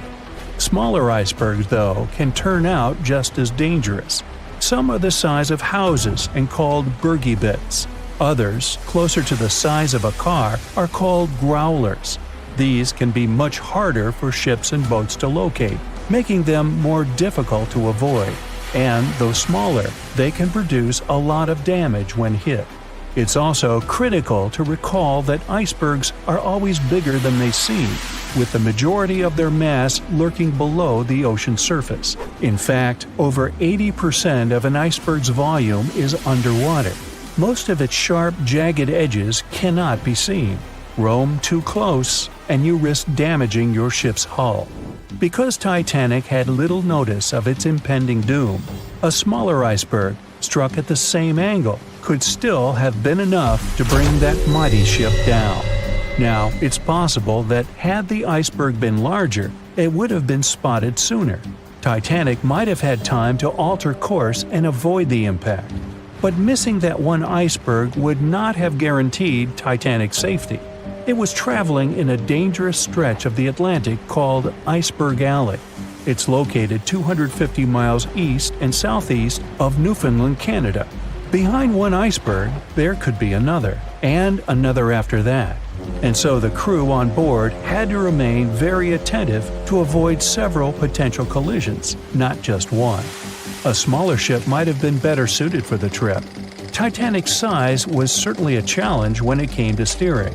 In fact, it had just left her dock in Southampton when it nearly collided with another smaller ocean liner, the SS New York, missing it by just 2 feet. The gigantic steamship was obviously not made for maneuvering quickly in tight quarters. A ship that size required time and space to change course. But when it comes to ships versus icebergs, a ship's size doesn't always matter. The Islander was a steamship designed to travel the Inside Passage in Alaska. In the summer of 1901, it struck an iceberg, which tore a hole in the front portion or bow of the ship. The vessel did not sink right away, and the crew tried to steer it to safety. Ultimately, its bow completely submerged, and its stern was lifted up and out of the water. It didn't take much longer before the ship sank completely. Of the 168 passengers and crew members, 128 survived, and $3 million in gold was lost. Islander had a 240-foot hull, making it almost a quarter of the size of Titanic, and that smaller size didn't seem to be much help in preventing a collision with an iceberg. And then there was the Hans Hedtoft in 1959. Also known as the Little Titanic or the Danish Titanic, it was referred to as the safest ship afloat. It was 272 feet long with 95 people on board. Much like the real Titanic, the Hans Hedtoft was specifically engineered to handle most of what the sea could throw its way. Along with its double steel bottom, it also had an armored bow and 7 watertight compartments. How could such a ship sink? But it could, and it did. It was on its first voyage, returning to Copenhagen, when it ran into trouble. On January 30th, it hit an iceberg. An SOS was sent, but when the Johannes Cross arrived to help, the Hans Hedtoft was nowhere to be found. The only evidence of the ship's existence was a lifebelt that was washed ashore in Iceland 9 months later. Again, the ship's smaller size didn't work in its favor. A smaller size of Titanic wouldn't have guaranteed a safe voyage in 1912. The final what-if concerns the last-minute choice when the iceberg was spotted and the alarm sounded. First, Titanic could attempt a complete stop, but this wasn't an option as the ship needed a half a mile to come to a halt, and the iceberg was a mere 900 feet away. Second, the Titanic could attempt to avoid the iceberg by steering away from it. This is what the captain ordered, but the attempt was unsuccessful, resulting in a deep gash across the ship's hull. The final option? To hit the iceberg head-on. Would this have made any difference? The answer is an intriguing maybe. Some think a head-on collision would have saved Titanic. In this scenario, the collision would have limited the damage to the very front of the ship, instead of the iceberg tearing through the hull and compromising several of the watertight compartments. Only 4 of the compartments would have been breached. This meant the others could do their job of keeping Titanic afloat. The ship could be stuck, unable to move, but it would remain above water until help arrived. This would provide a ship like Carpathia enough time to reach the scene of the accident and bring the people on board to safety. One of the Titanic's designers, Edward Wilding, made a similar claim during an inquiry into the sinking. He argued that most people would have survived a head-on crash, and that Titanic itself would not have sunk. Others disagree, though. First, the special bulkheads on Titanic were designed specifically to protect the ship against collisions with other vessels, not with icebergs. These compartments would crumple upon impact, absorbing some of the force while the other ship absorbed the rest. Though the damage would still be extensive, the remaining bulkheads would keep the ship afloat. But an iceberg does not have the same flex in a collision as you would experience with another ship. Most of the force would be absorbed by Titanic, resulting in greater damage to the ship. Even worse, the impact would be carried through the full length of the ship. Rivets would burst, seams would tear, the compartments would quickly flood, and the ship would sink even faster, resulting in fewer survivors. In any case, as with most what-ifs, we'll never really know the answer. As tragic as Titanic's first and last voyage was, it did result in changes that helped make venturing out to sea much safer. Findings from hearings on the disaster led to the creation of the International Ice Patrol, or ICC, in 1914, an organization that tracks icebergs in the Atlantic and Arctic Oceans to ensure vessels in the area can avoid them. In the US and Britain, ships were obligated to carry enough lifeboats to accommodate every person aboard. Regular lifeboat drills were made mandatory. And finally, the bulkheads on ships were made higher to keep water out, and bottoms were stretched to create double hulls, helping make the compartments truly waterproof. There's no denying that Titanic was a terrible tragedy, but the lessons learned from that night to remember has helped prevent many more. April 14, 1912. The dark night was filled with horrible sounds of a giant metal vessel breaking into two. The largest ship of that time collided with an iceberg that was on its way. The Titanic, one of the biggest stories of the 20th century that people still talk about. The starboard side of the giant vessel brushed up against the iceberg. It was 11:40 p.m. when things started going wrong.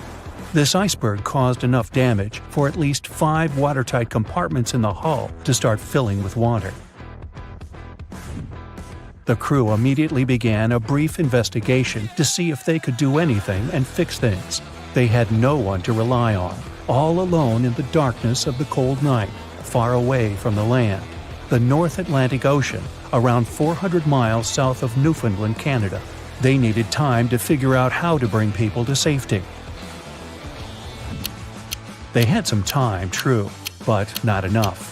If you watched the movie, you know the ship didn't plunge immediately after the icy doom had happened. The whole process lasted a good 2 hours and 40 minutes. But the situation was hard. There were 2,200 people to take care of, including crew and passengers, and things happening on the ship were chaotic. The chief designer, Thomas Andrews, soon realized they wouldn't be able to stay afloat. By midnight, the entire crew had begun preparing the lifeboats for launch. They had 20 boats with space for only 1,178 people, which was just a bit more than 50% of the people on board. The order was to get women and children to safety first. Crewmen were there to row and guide the boats. The scene over the next 2 hours gradually started escalating. The crew members had a task to wake up passengers and warn them something bad was happening. They wanted to place them into a fleet of lifeboats as soon as possible. At 12:15 a.m., some crew members sent out a distress signal. A steamship called Frankfurt was among the first ones that received the message and responded, but they were about 170 nautical miles away. Some other ships also got the message and offered their assistance, but sadly, they were too far away as well. At 12:20 a.m., the Cunard liner Carpathia got a distress signal from the Titanic and changed its course right away. They were 58 miles away at the time, and it would take them more than 3 hours to get there. 20 minutes later, the crew was lowering the first lifeboat. It was carrying only 27 passengers, although it had room for 65. Many of the lifeboats that were launched first were well below capacity. Crew members were worried, thinking the Davids wouldn't be able to hold a fully loaded lifeboat. And in the beginning, many passengers were just too afraid to leave the ship. They still thought Titanic was unsinkable and couldn't imagine the scenario that was going to happen 1 to 2 hours later. The crew was firing the first of 8 distress rockets. Unsuccessful. No one was close enough to help. By 1:20 a.m., they lowered 10 lifeboats. Number 8 had only 28 people in it. One of the passengers on the number 10 was 9-week-old Melvina Dean. She would later become the last survivor who lived until 2009 and turned 97. It was 2 a.m. already. 3 of the collapsible boats were the only lifeboats that remained on the ship. The bow of the vessel had sunk low and had tipped far under the surface. People around it could now clearly see stern propellers above the water. Crew members were lowering collapsible lifeboat D from the roof of the officers' quarters with over 20 passengers in it. As the ship's bow went under, the water was washing collapsible A from the deck. Those 20 people were struggling because their boat was partly filled with water. As crew members were trying to release Collapsible B, it fell. Before they righted it, the water swept it off the ship. 30 passengers still managed to find safety on the overturned lifeboat. At 2:17 a.m., the ship's wireless operator decided to transmit one last distress call. A minute later, the light on the ship finally went out. Titanic and all left on board plunged into darkness. The bow continued to sink, and the stern was rising higher above the surface, which placed great strain on the midsection. Horrible sounds were filling the night. Titanic, this massive, legendary ship so many people placed their hopes in and were excited about, broke into two between the third and fourth funnels. Reports would speculate it took about 6 minutes for the bow section to reach the ocean bottom. The stern settled back in the water before it rose again into a vertical position. It remained in this situation until it finally disappeared into the ocean. At 2:20 a.m., the stern apparently retained air inside and water pressure crushed it as it went down. The stern landed about 2,000 feet away from the bow. People consider the Titanic the fastest ship in the world. They thought it was unsinkable because 4 of its compartments could be flooded and that still wouldn't cause a critical loss of buoyancy. Its life was problematic since its beginning. While the ship was leaving port, it moved within a couple of feet of the steamer New York. It managed to safely pass by, which was a huge relief for all those worried passengers massed on the ship's decks. Titanic sailed off on the 10th of April. Its first journey was across the highly competitive Atlantic route. On the launch day, the Titanic became the biggest movable object in the history of humankind, 882 feet long, 92 feet wide. Not that big if you compare it with today's ships. The biggest cruise ship in the world today is Royal Caribbean's Symphony of the Seas, which is roughly 5 times the size of Titanic. If you put that ship in a vertical position, it would be nearly as tall as the Empire State Building, which is 1,250 feet without antennas. But Titanic was a huge attraction back in its time. At one moment of their journey, they stopped in France, after which they made another stop in Ireland. Once the final passengers boarded, the massive ship set out at full speed for their final destination, New York City.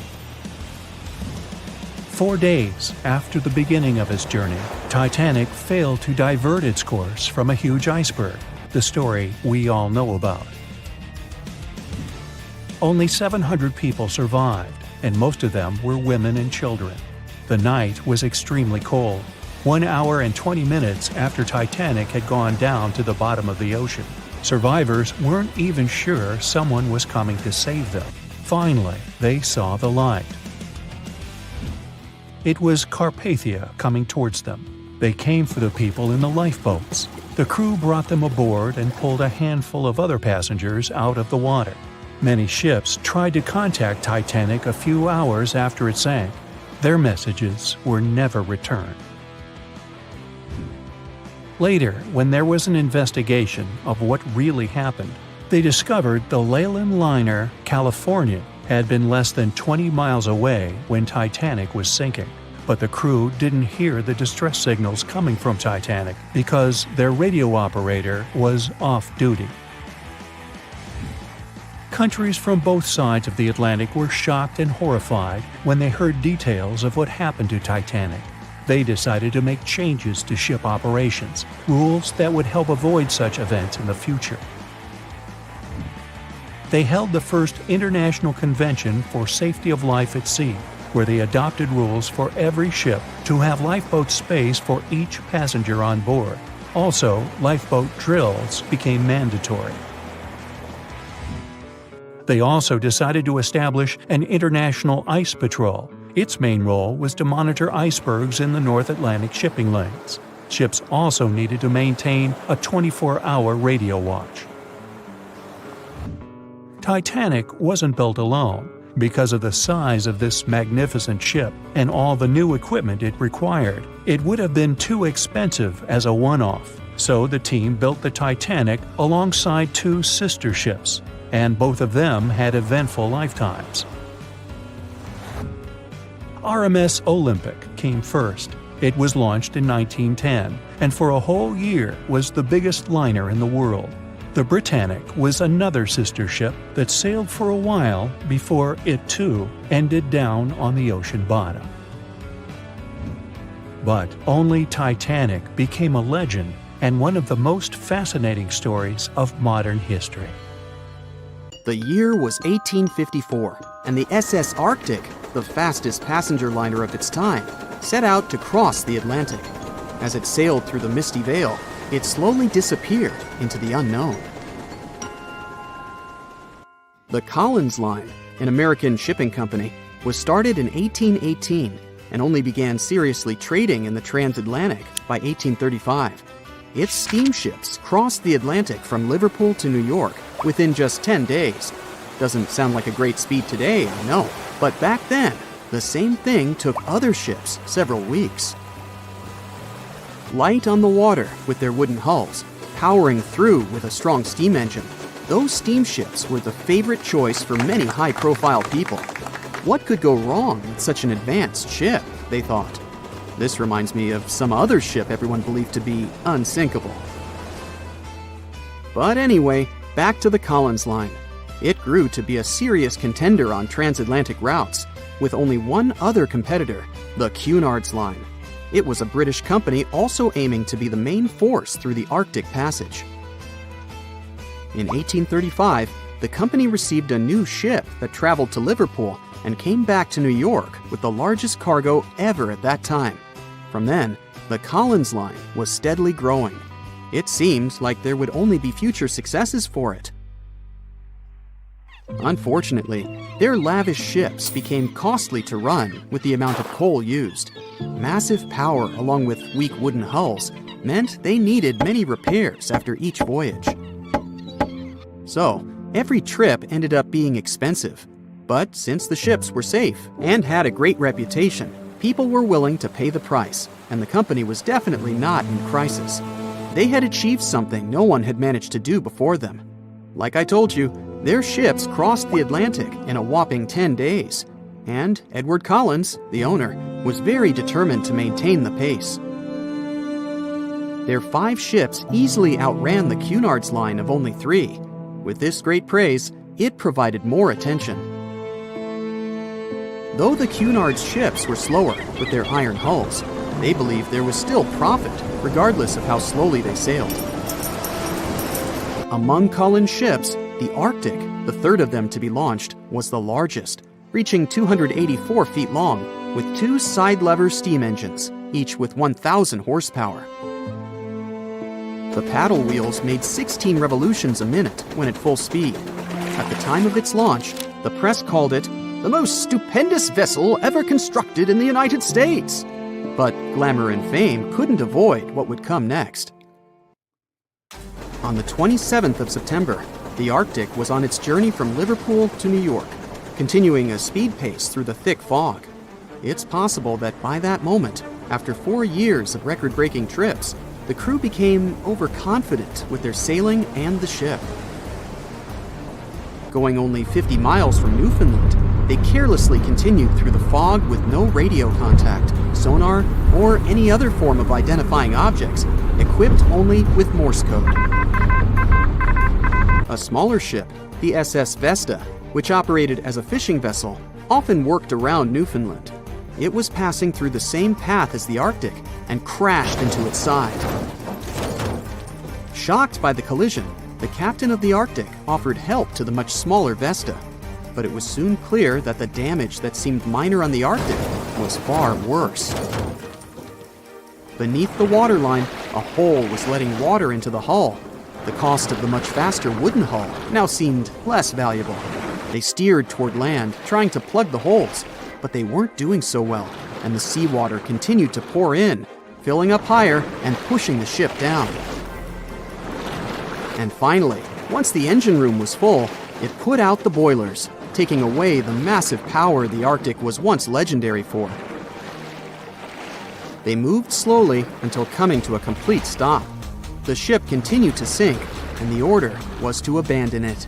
At the time, maritime law allowed for the Arctic to carry only 6 lifeboats, only capable of saving 180 people.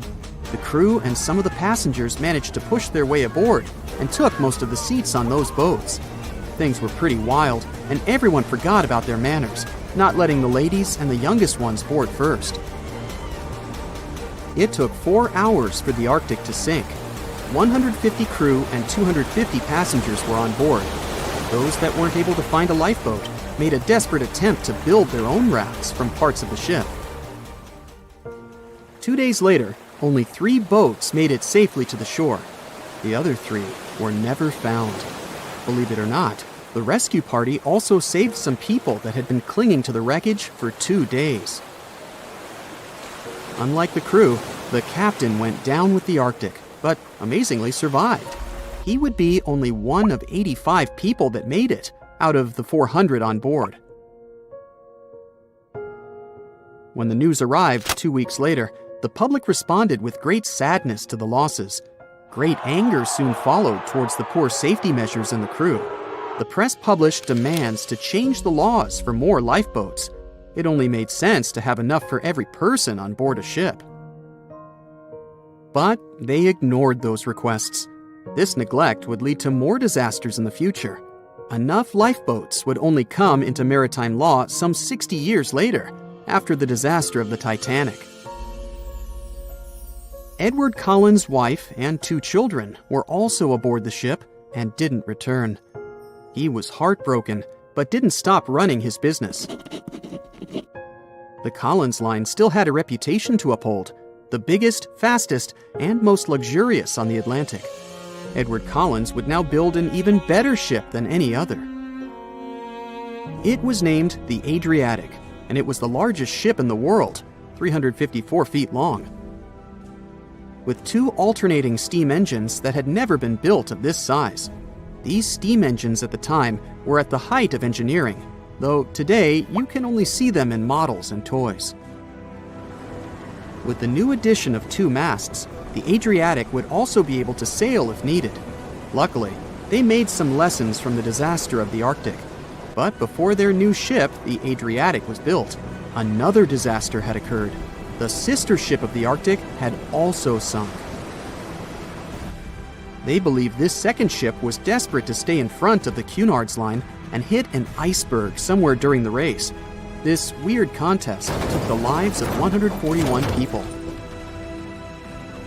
The desperation of Collins and his weakly built hulls pushed the company towards bankruptcy in 1858. The newly built Adriatic, costing over $1 million, had only made 1 voyage in the end. And even that voyage was considered a disaster. The ship collided with a tugboat. It still managed to finish its maiden voyage at a suitable time. After the company had gone bankrupt, they had to sell the ship for only $50,000. They removed the great giant engines, replacing them with only sails. Although it was once the greatest ship on the high seas, it was only 30 years later until it was abandoned, labeled irreparable, and anchored in a river. The other remaining ships were also sold and only used for parts. Edward Collins left the industry altogether, seeking work on dry land instead. As the Collins line was no longer in the mix, the Cunards would grow in strength. Without competition, they would win the Blue Ribbon for the next 30 years, and 180 years later, after producing hundreds of ships. They still have a constant presence on the seas as they provide transatlantic crossings, world voyages, and leisure cruises. To this day, the Cunard line is the only one to run ships between Europe and America, and it's great proof that it's not always the fastest that's the best. Thick fog is rising over the ocean as the sun is slowly sinking towards the horizon. It's hard to see further away than a few dozen feet, but that's enough to notice a hulking, skeletal shape in the distance. As your ship approaches the figure, your heart beats faster, and then you make out the details of another vessel, abandoned by the looks of it. ghost ships do exist, and their mysteries aren't always solved. Take MV Hoita, for example. It was a wooden vessel built in 1931 as a luxury yacht. It had served well to various people over 20 years before it was bought by a Samoan sailor and became a merchant ship. In 1955, though, Hoita's service came to an abrupt and mysterious end. On October 3rd, it set sail for another trading voyage that should have taken no more than 48 hours.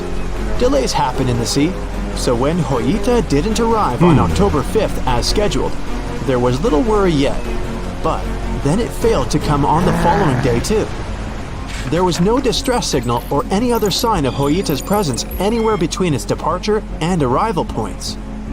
A search and rescue party was dispatched to find the ship, and for 6 days, they were scouting the area of nearly 100,000 square miles. On October 12th, the mission returned to the base empty-handed.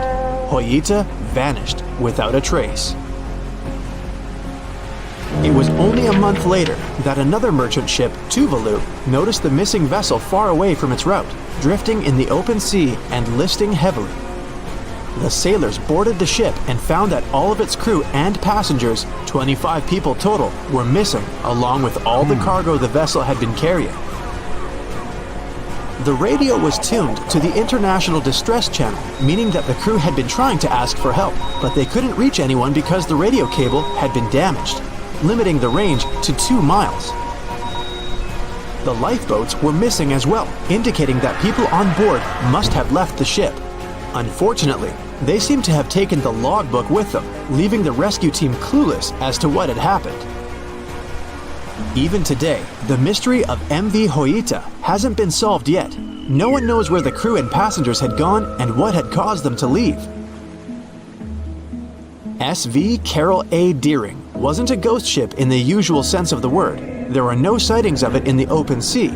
Instead, it was found on the shore, but the circumstances of it running aground are a puzzle shrouded in mystery. Carol A. Deering was built in 1919 in Maine, and it was a large vessel made for commercial voyages. Unfortunately, despite its large cost of construction, it had only served for a year before its last trip. July 19, 1920. The ship was traveling from Puerto Rico to Rio de Janeiro via Newport News to deliver a cargo of coal. It was almost halfway to the final destination when the captain fell seriously ill, and the crew turned back to drop him and his son off and replace the captain. The voyage went without incident, but when it came to Barbados in December to resupply, there were strange moods among the crew. The first mate didn't seem to be happy with the new captain. No one paid much attention to it back then, when they probably should have. The last sighting of Carol A. Deering at sea was on January 28, 1921, when a lightship noticed it off the coast of North Carolina. There was some commotion on the quarterdeck of the ship, where the crew were normally not allowed. Then, another vessel sighted it, but there was already no one on the decks. On January 31st, the merchant ship was found hard aground in the Diamond Shoals, a site notorious for numerous shipwrecks that had been occupying there for centuries. When the search and rescue party boarded the ship, they found it abandoned, the log and personal belongings of the crew gone, along with the 2 lifeboats. There is still no answer to what happened on board of Carol A. Deering that January, although the most popular version was mutiny. Maybe we'll never find out the truth though. SS Bechimo is perhaps one of the most notable ghost ships in history. This large cargo steamer was built in 1914 in Sweden and plodded its way dutifully over 16 years, trading provisions for pelts with native tribes of Alaska and Canada. But then, on October 1st, 1931, Bechimo got caught in pack ice. At first, it seemed the crew would be able to wait it out and continue on their route because the ship broke free in a couple of days.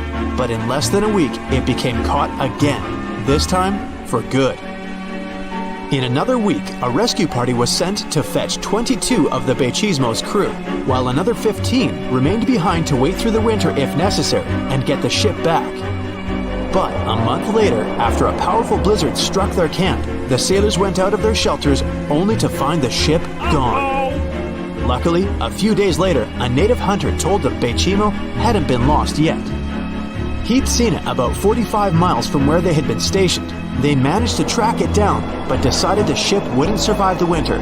So they took the most valuable cargo from its hold and abandoned it. They were wrong though. SS Bechimo did survive that winter, and many more that followed. When the ice broke, it sailed away on its own, drifting listlessly along the shores of Canada and Alaska. There were numerous sightings of the ghost ship, sometimes adrift in the open sea, and at other times stuck in the pack ice again. People attempted to board and salvage it, but weather conditions or lack of equipment always prevented them.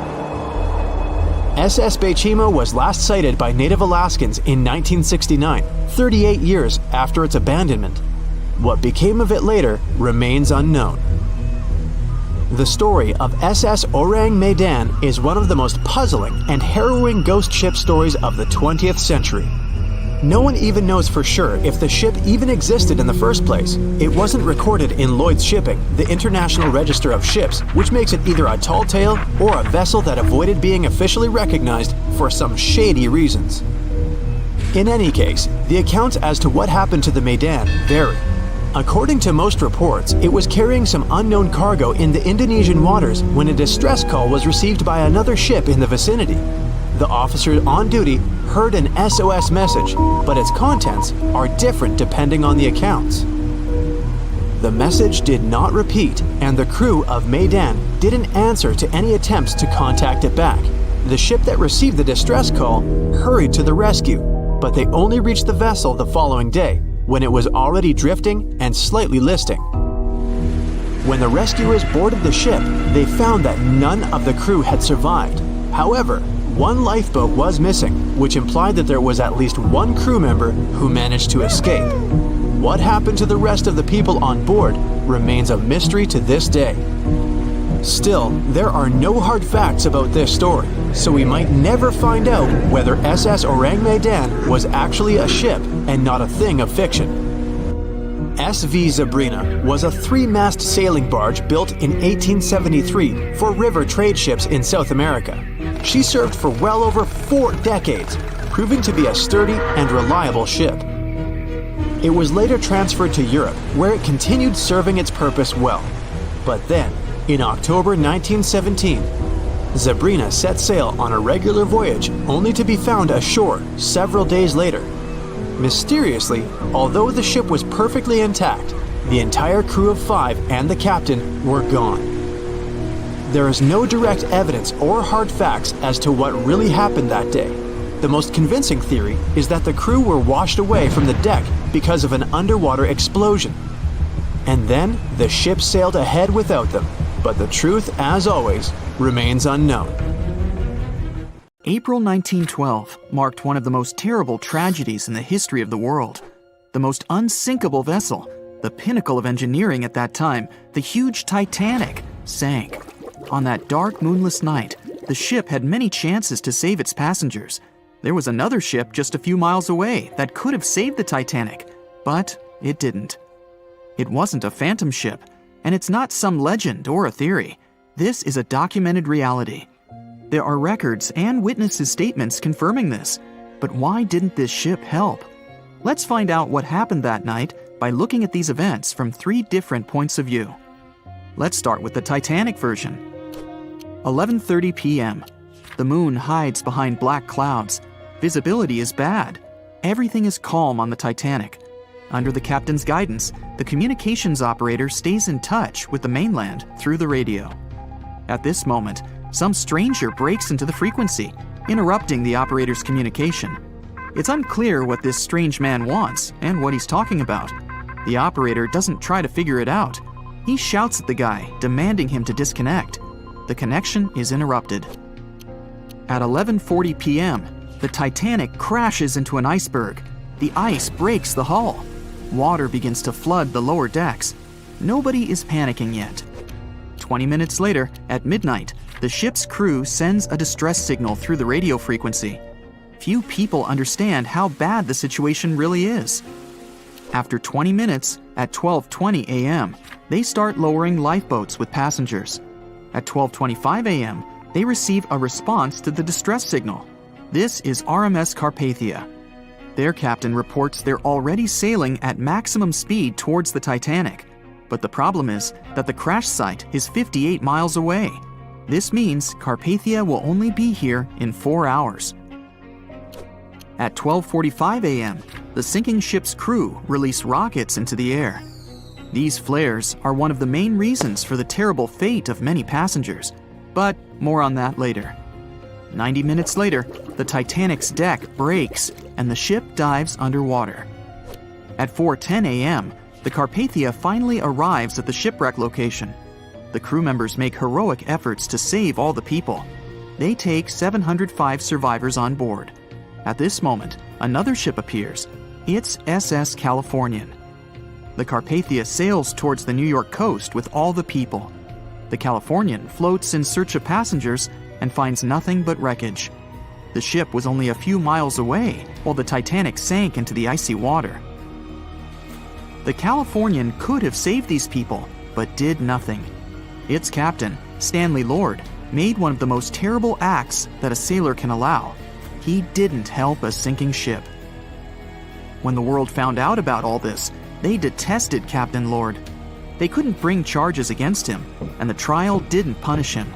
But his career was ruined entirely, as no other ship company would hire him. Despite this, he never confessed he had been guilty. Before he passed away, the captain said it hadn't been his fault. If this was true, then what happened there? This brings us to the Californian version. It's the night of April 14th. The Californian is sailing in the cold waters of the North Atlantic. The ship gets into a section with a lot of icebergs. At 10:10 p.m., Captain Lord stops the ship. It's too dangerous to move around this area, as they can damage the hull. At 11 p.m., the ship starts drifting. It's impossible to move in such conditions with such poor visibility. The captain knows that the Titanic is coming here, so he orders the radio operator to warn the ship about the danger. Radio operator Evans turns on the receiver and tries to contact the Titanic. He spends about 30 minutes on it. The connection is finally established. At this moment, the Titanic radio operator is speaking with the mainland. Evans interrupts this conversation and tries to warn the ship about icebergs. The operator doesn't understand Evans' words. He's annoyed because Evans broke into the channel so brazenly. He shouts at Evans and cuts the connection. Tired, Evans turns off the receiver and informs his superiors about the incident. It's still a mystery how the captain reacted to this news. He probably thought the Titanic knew about the danger. He lets Evans go to bed. If Evans hadn't turned off the radio and waited 1 hour, he would have heard a distress signal from the Titanic. But you shouldn't blame him. At this point, he has no official reason to stay at the transmitter. Evans is too exhausted and can't fight drowsiness. So, Evans goes to bed. The Titanic begins to sink. Its captain sends a distress signal. The operator on board the Carpathia catches it, but the Californian doesn't, since the receiver is turned off. Captain Lord can't sleep. He feels that something is wrong. Meanwhile, the Titanic is rapidly sinking under the water. The captain gives the order to launch rockets into the air. And here is where one of the critical mistakes takes place. They release warning lights, but they are not red. The crew forgot to take red rockets on board for some reason, so they lit up the sky with a bright white light. If you need to send a distress signal, you need to release red lights. Captain Lord sees these lights, but doesn't perceive them as a cry for help. It can't be that there are no standard red rockets on such a massive ship as the Titanic. But, unfortunately, it can. Captain Lord thinks the Titanic is sailing away. Perhaps there is some unknown reason behind those white lights, but he doesn't really know. So, Captain Lord has no idea that the Titanic is sinking. He still decides to contact the ship, but this time, not through radio communication. Captain Lord doesn't wake up the radio operator and sends a signal to the Titanic through a signal lamp. It's important to understand that many old-school captains didn't take radio communication seriously. They didn't understand the value of this technology. That's why Captain Lord doesn't wake up Evans. He sends light signals, but the Titanic doesn't respond. Many survivors later mentioned seeing the flashing lights of the Californian, but there was nothing they could have done. The ship's crew doesn't hear their cries for help. At 2:20 a.m., the Titanic completely goes underwater. A little more than 2 hours later, radio operator Evans wakes up and turns the transmitter on. He hears many rescuers talking about the sunken ship. Evans understands everything. He reports this to the captain. At that moment, the Californian immediately heads to the wreck site. They meet Carpathia there. With the survivors on board, it sails towards New York. The Californian stays sailing and looking for people. They find nothing but wreckage. The Californian returns to the mainland. The news about the ship that could have saved the Titanic is spreading all over the country. The trial begins. Captain Stanley Lord and the crew tell their version. They say their ship had been standing still. Many people don't believe them, and some of the surviving passengers claim to have seen the Californian sailing by. Still, the judge declares them innocent. 1962. Captain Stanley Lord is a very old man. He calls a notary to confess something. The captain makes his last remark about this case. He swears he's not guilty. But if it wasn't the Californian sailing past the Titanic at that moment, then what? The Samson theory could answer that question for us. The sealing ship Samson is sailing in the cold waters of the North Atlantic. The crew aren't sleeping. They carefully study the surroundings, but not because they're afraid of icebergs. They're scared of meeting with the U.S. Coast Guard. The Samson ship's crew catch seals, which is illegal. At 12:45 a.m., Samson's captain sees white signal rockets. The team is sure it's the Coast Guard. They turn off the lights and sail away. It's dark, so they don't notice the sinking Titanic. They return to the coast of Iceland and hear about the disaster. They realize they have abandoned the drowning passengers. The nephew of one of Samson's crew members reads about this story in his uncle's diary. The nephew asks for permission to publish these recordings. All the people realize that Captain Lord wasn't guilty, but unfortunately, he didn't live to see this moment. Actually, it's still unknown who is guilty in this story. 2 ships were nearby the Titanic. Their captains were adequate people. They would have helped save all the passengers. Their fault was that they couldn't understand what the Titanic wanted on that dark night. Someone forgot to put red flares in the box. This small but fatal detail was one of the leading causes of the tragedy. On April 10, 1912, the RMS Titanic set sail from England. But this wasn't the launch of a regular ship. The Titanic was the largest liner ever built at the time. It was 882 feet long. That's nearly the size of 3 soccer fields. And measured from the hull to the top of the smokestacks, the ship was an impressive 175 feet tall. That's the size of a 17-story building. Deemed unsinkable, it took 3,000 workers almost 3 years to build. But a mere 4 days into its very first voyage, at 11:40 p.m., the ship collided with an iceberg and was lost beneath the waves of the Atlantic Ocean. It took the liner only 2 hours and 40 minutes to sink. And of more than 2,200 passengers and crew members on board, only 706 survived. The wreck would remain lost for another 73 years, hiding its many secrets within the frigid Atlantic waters. And if it wasn't for a man whose whole life had been devoted to exploring the sea, the giant ship might have remained lost for a lot longer. That man was Robert Ballard.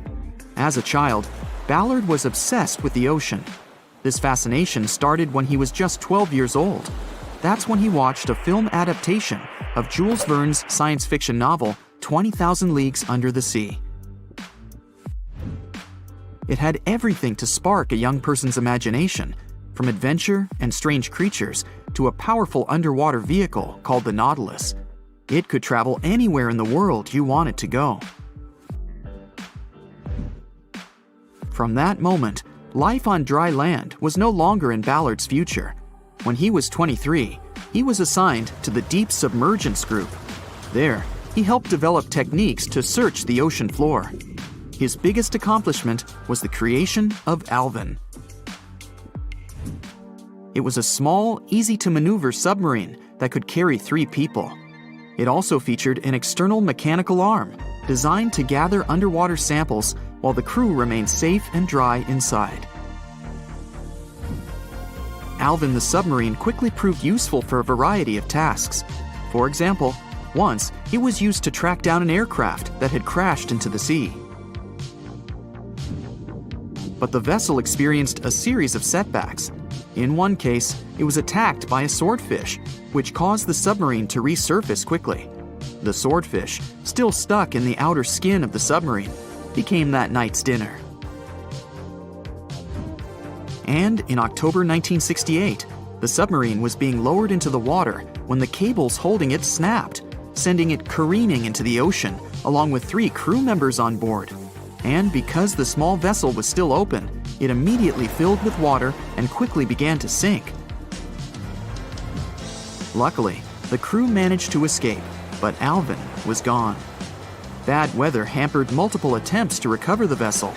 It wasn't until the following year that it was finally returned to the surface. In time, Alvin would be improved. Its hull would be strengthened by titanium, giving it a higher depth rating, thus making it even better suited for ocean exploration.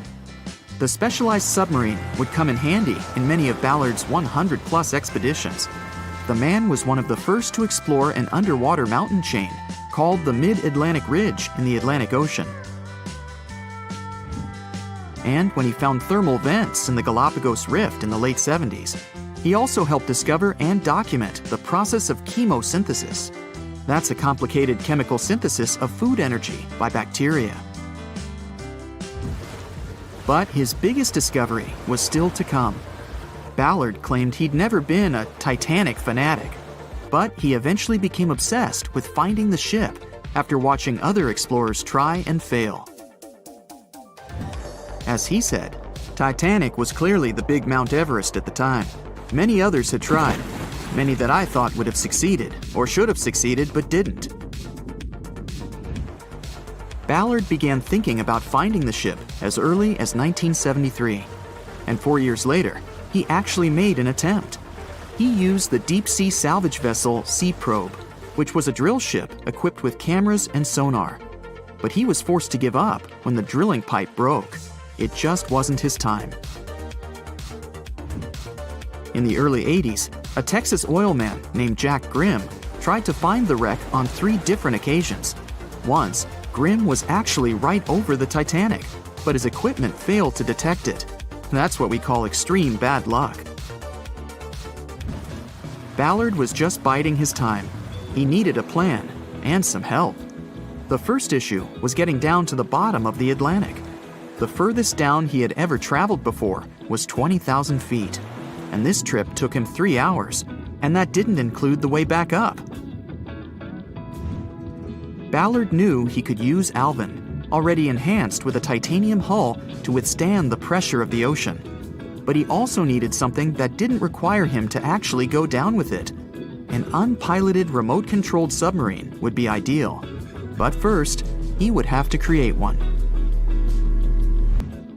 He reached out to the authorities, hoping they would provide funding for his project. And though officials had no interest in the Titanic, they were willing to help. But there was a catch. Ballard had to first focus on tracking down 2 submarines, the Thresher and the Scorpion, which had sunk to the bottom of the Atlantic Ocean in the 1960s.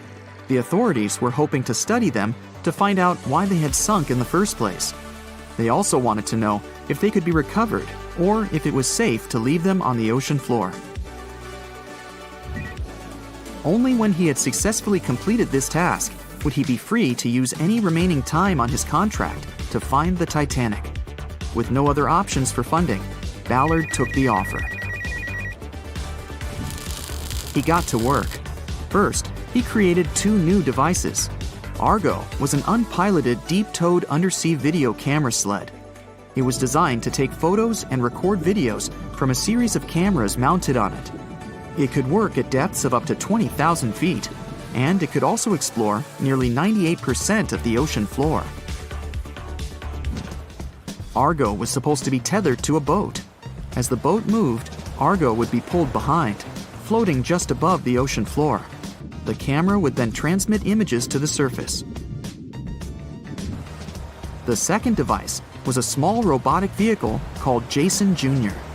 It was also controlled remotely, which allowed the crew inside a submarine, like Alvin, to get closer to and photograph underwater objects. Ballard was now ready. He knew he had to find those submarines quickly, and it didn't take him long. Much to his relief, the search was relatively simple, and he was able to fulfill his obligations with 12 days to spare.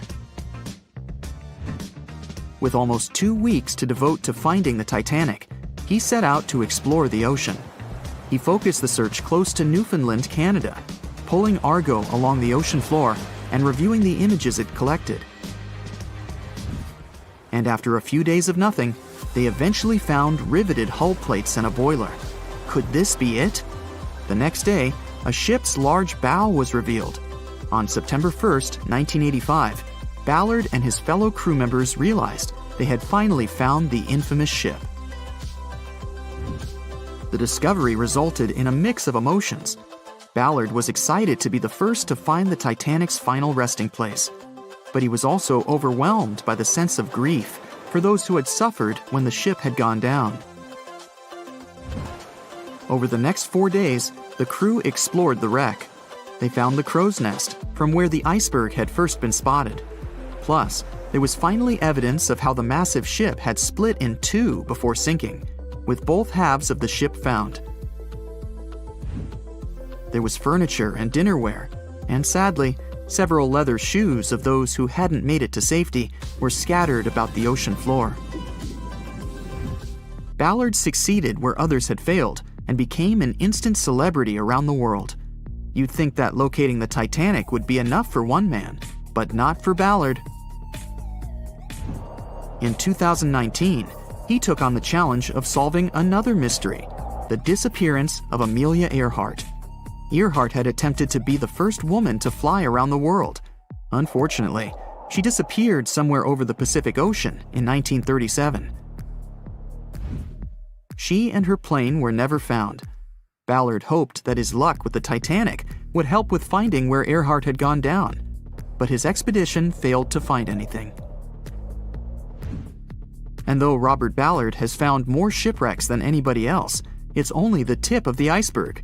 It's estimated that there are over 3 million shipwrecks in the ocean, and Ballard has only located 100 of them. Now, in his late 70s, the man is hoping to encourage young people to continue his work of exploring the ocean and its many mysteries. In 1989, he started the Jason Learning Project to inspire grade school students to pursue science, technology, engineering, and math. He has his own research vessel called the EV Nautilus, after the name of the submarine in Jules Verne's novel, a fitting tribute to the story that inspired his career. The night was dark and scary. A few hundred people were sitting in lifeboats, not knowing what would happen next or what their lives would look like from that moment on. All they knew was the giant ship they had been sailing on just a couple of hours earlier disappeared in front of their eyes. They were alone, waiting for help. Is anyone even coming? They had no idea if the rest of the ships that were traveling relatively close to them had heard their call for help. There was nothing else to do but wait. The Titanic, an iceberg, and one night, April 14th, 1912. It's one of the most famous stories from modern history that everyone talks about, even now, more than 100 years later.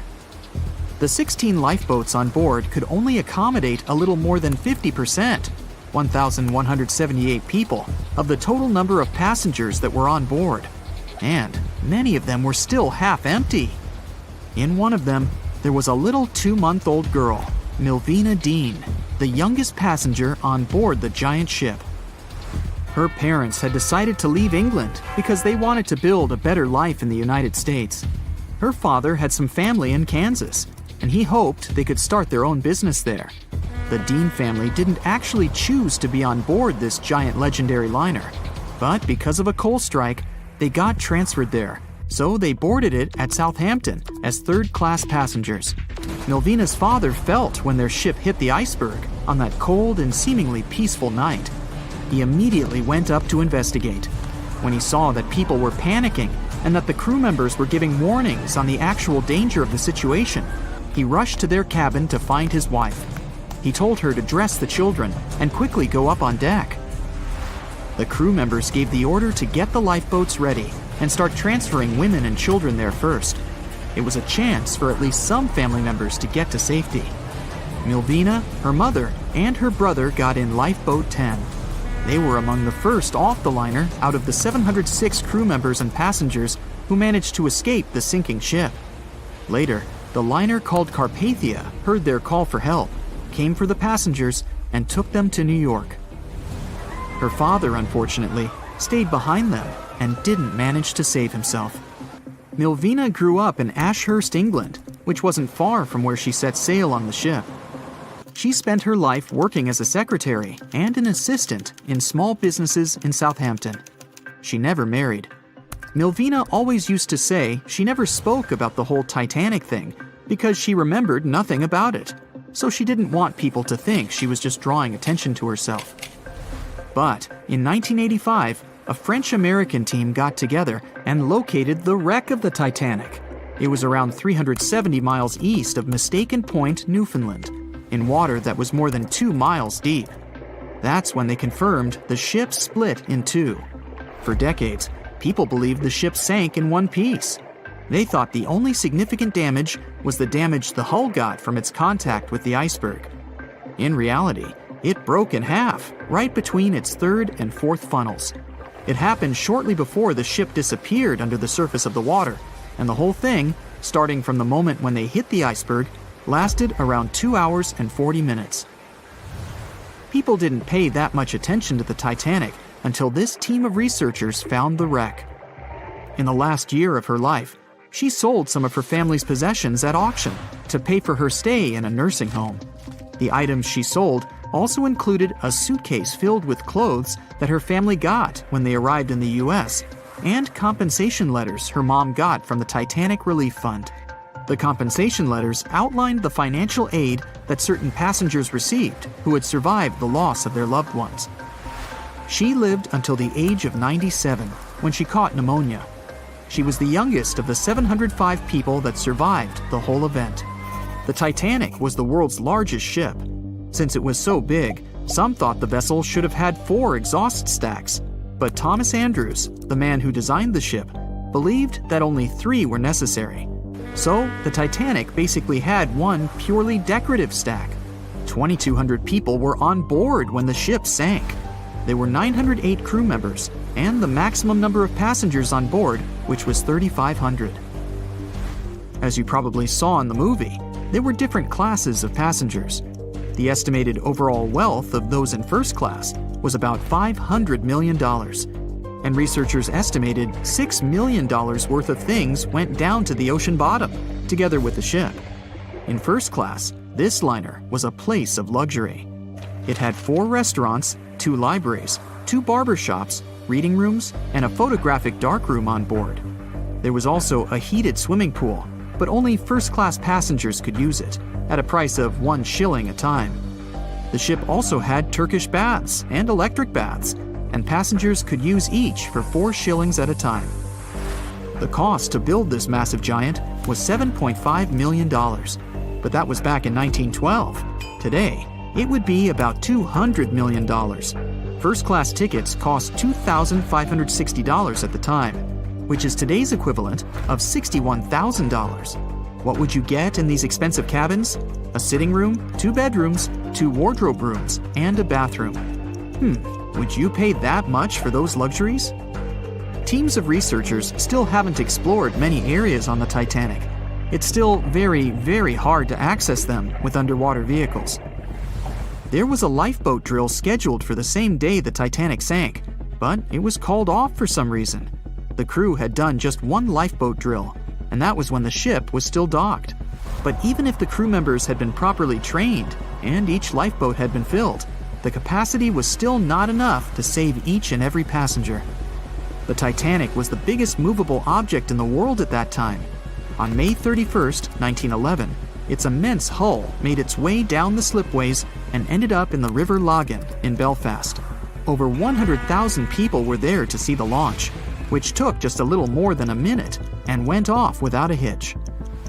The people who were in charge of the ship immediately towed the hull to a mammoth fitting-out dock. Thousands of workers spent most of the next year there working hard, building the decks and constructing all those luxury interiors that gave the Titanic its specific look. They were also installing the 29 giant boilers that would power the ship's 2 main steam engines. All that to get the title unsinkable. The ship had more than just one fatal flaw. You may have heard of one of its design flaws. The airtight bulkheads weren't completely sealed on top. This allowed water to flow from one compartment to another, which eventually sank the liner.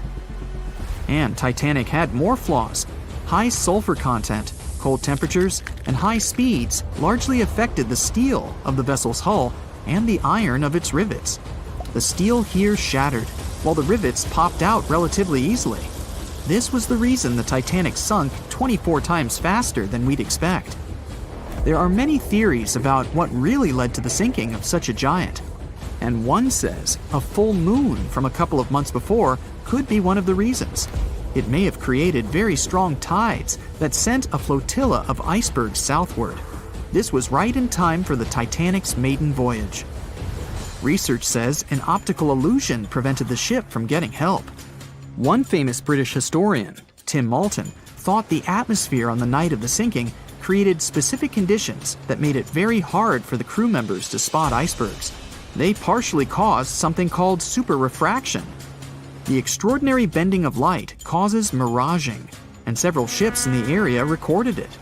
Not only did this prevent the crew from seeing the troublesome iceberg in time, but it also stopped one of the ships that could have offered help from identifying the call for help and communicating with the Titanic crew. Also, some say the ship was traveling too fast. From the start, they blamed the skipper for sailing such a big liner at such a high speed, 22 knots, through the cold and unpredictable waters of the North Atlantic, which was full of hidden icebergs. April 1912 marked one of the most terrible tragedies in the history of the world.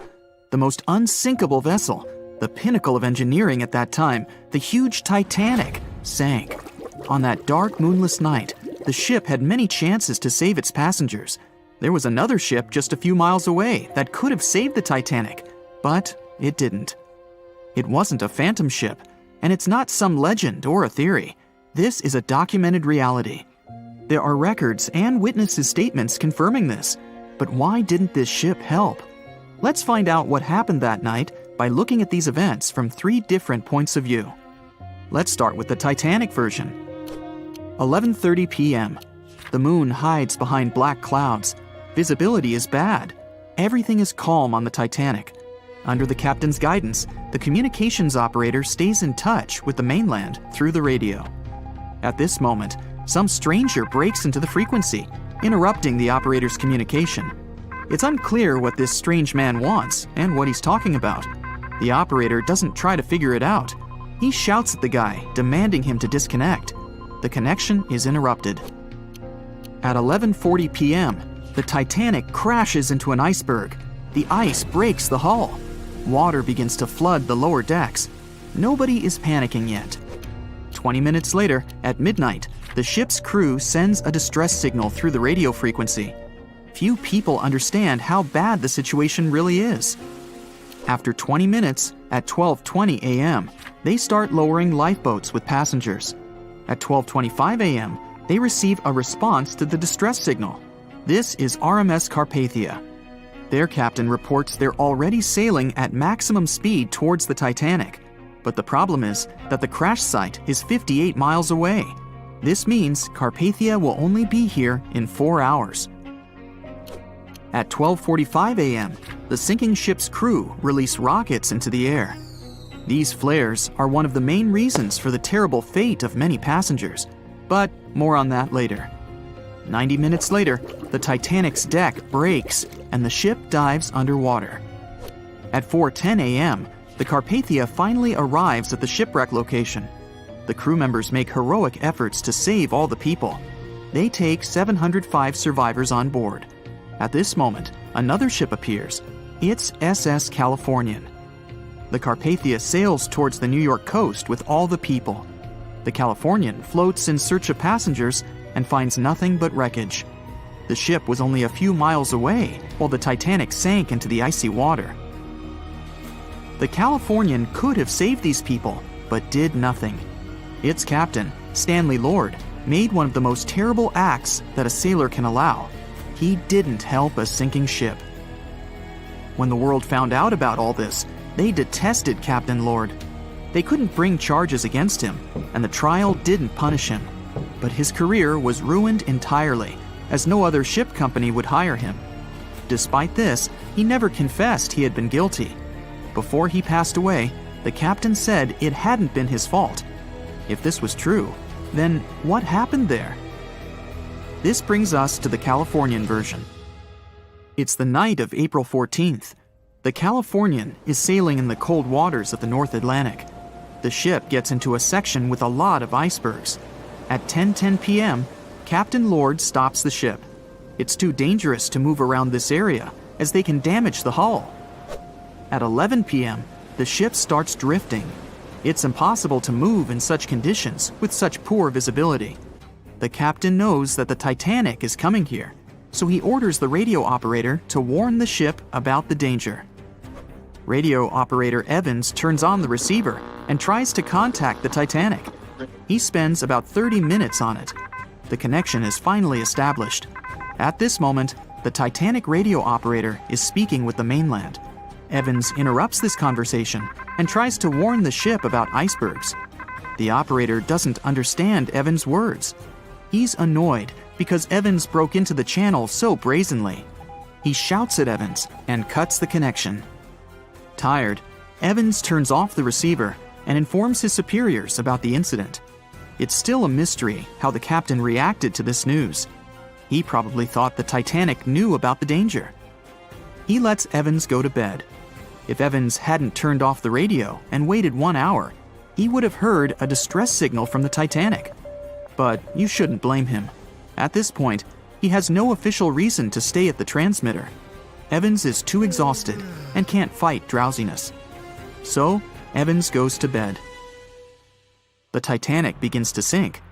Its captain sends a distress signal.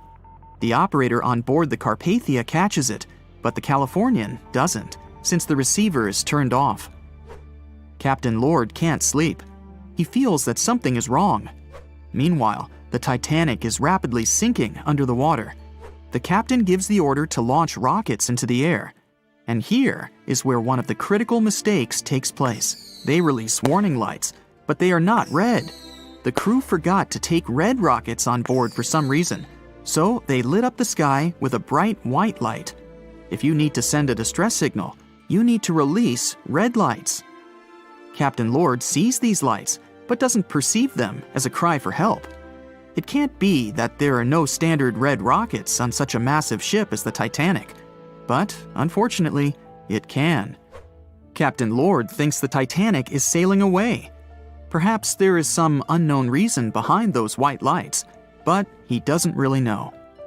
So, Captain Lord has no idea that the Titanic is sinking. He still decides to contact the ship, but this time, not through radio communication.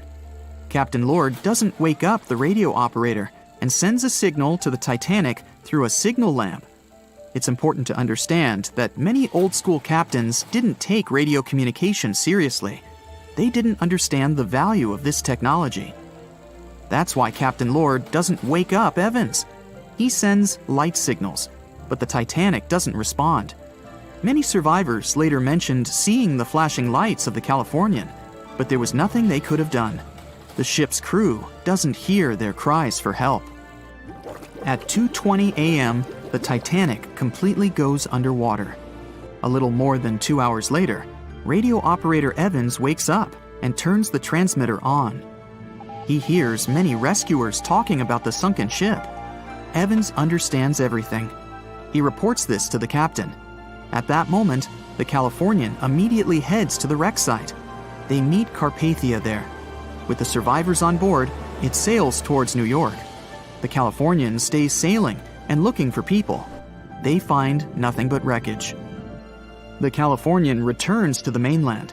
The news about the ship that could have saved the Titanic is spreading all over the country. The trial begins. Captain Stanley Lord and the crew tell their version. They say their ship had been standing still. Many people don't believe them, and some of the surviving passengers claim to have seen the Californian sailing by. Still, the judge declares them innocent. 1962. Captain Stanley Lord is a very old man. He calls a notary to confess something. The captain makes his last remark about this case. He swears he's not guilty. But if it wasn't the Californian sailing past the Titanic at that moment, then what?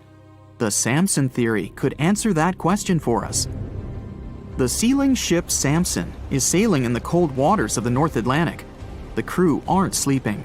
They carefully study the surroundings, but not because they're afraid of icebergs. They're scared of meeting with the U.S. Coast Guard. The Samson ship's crew catch seals, which is illegal. At 12:45 a.m., Samson's captain sees white signal rockets. The team is sure it's the Coast Guard. They turn off the lights and sail away.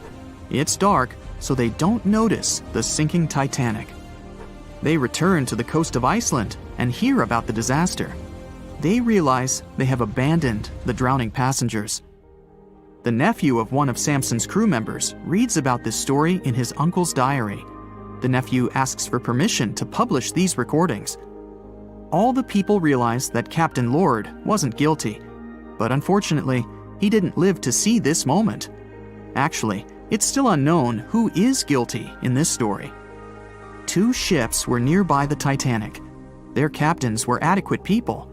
They would have helped save all the passengers. Their fault was that they couldn't understand what the Titanic wanted on that dark night. Someone forgot to put red flares in the box. This small but fatal detail was one of the leading causes of the tragedy. So in 2017, over 25 million people boarded cruise ships all over the world. Now, if you're keeping count, that's more than the total population of Greece. It's become America's favorite choice when it comes to going on vacation. It's easy to see why hopping aboard a cruise ship becomes more popular each year. Heading out on a cruise is also coming back in style with newer generations. 2/3 of Gen Y and millennials say that cruising is their new preferred type of vacation. How's that? Well, let's see. It's easy to plan in advance. On board, you can find activities for all family members, and you get a chance to visit several different destinations in one trip. An added bonus of booking a cruise?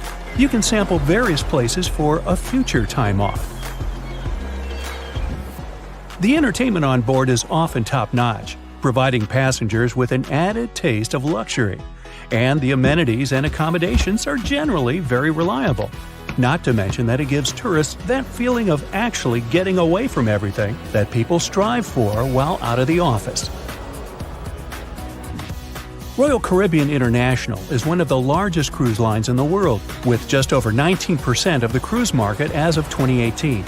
Its current fleet is divided into many different classes of ships, including the Voyager class, Radiance, and Quantum. The latest addition to the Royal Caribbean International's impressive fleet was built in 2018. Wonder of the Seas is now the largest cruise ship in the world. Since this spectacular liner has just had her maiden voyage in March 2022, let's look at some of the incredible perks it has to offer its passengers. For starters, the boat is so big that it had to be split into neighborhoods. Well, it figures since Wonder of the Seas can accommodate almost 7,000 passengers. Fond of New York? Well, no worries. Wonder of the Seas has a central park of its own, with an estimated 10,000 plants to check out. The ship's central park is a feature of all Oasis-class ships, being one of the so-called neighborhoods. Let's look at some other areas, shall we? Like this boardwalk, a place that includes an arcade, a candy store, and a sports bar. It's best suited for long walks. There's a pool and sports zone on Wonder of the Sea. These areas feature the ship's numerous pools and hot tubs. There are many activities to check out on the sports court. Then there's the Royal Promenade, or Promenade if you prefer. That's the main road on Wonder of the Seas, with bars, lounges, and places to grab a cup of coffee, or a luxurious latte. The entertainment neighborhood is the focal point for leisure activities on the ship. Here, guests can find a comedy club, an ice skating rink, and even a theater. The spa and fitness area is a tranquil zone with a huge array of treatments available. The fitness center is free of charge, by the way, so there's no excuse for guests to skip a leg day. An extra eighth zone was added to Wonder of the Seas. It's called the Suite Neighborhood. This is an exclusive area designed for guests staying in the suites. Oh, now I get it. It's located at the top of the ship. Guests here have designated staff members called Royal Genies. Yeah, if you rub a lamp in your suite, they appear. Nah, not really. The genies are similar to butlers. They can cater to just a few cabins. Of course, the cruise line wants to divert other guests from asking these crew members various questions and taking their time. That's why the genies don't wear name tags in public areas.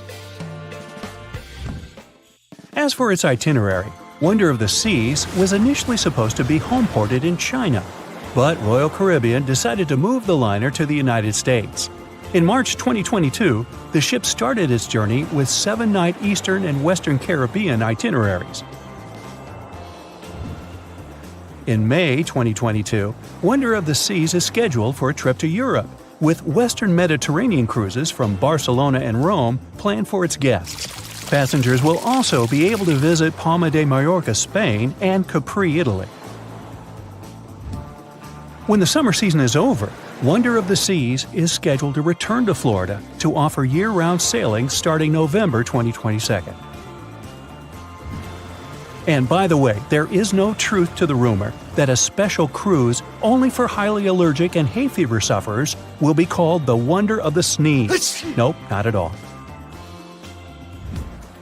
Now, it's hard to imagine a ship so massive that can accommodate so many amenities on board. For example, the Titanic was the largest ship of its time, measuring 882 feet in length. And Wonder of the Seas is not only 1,188 feet long, it's also 36% taller and 34% wider.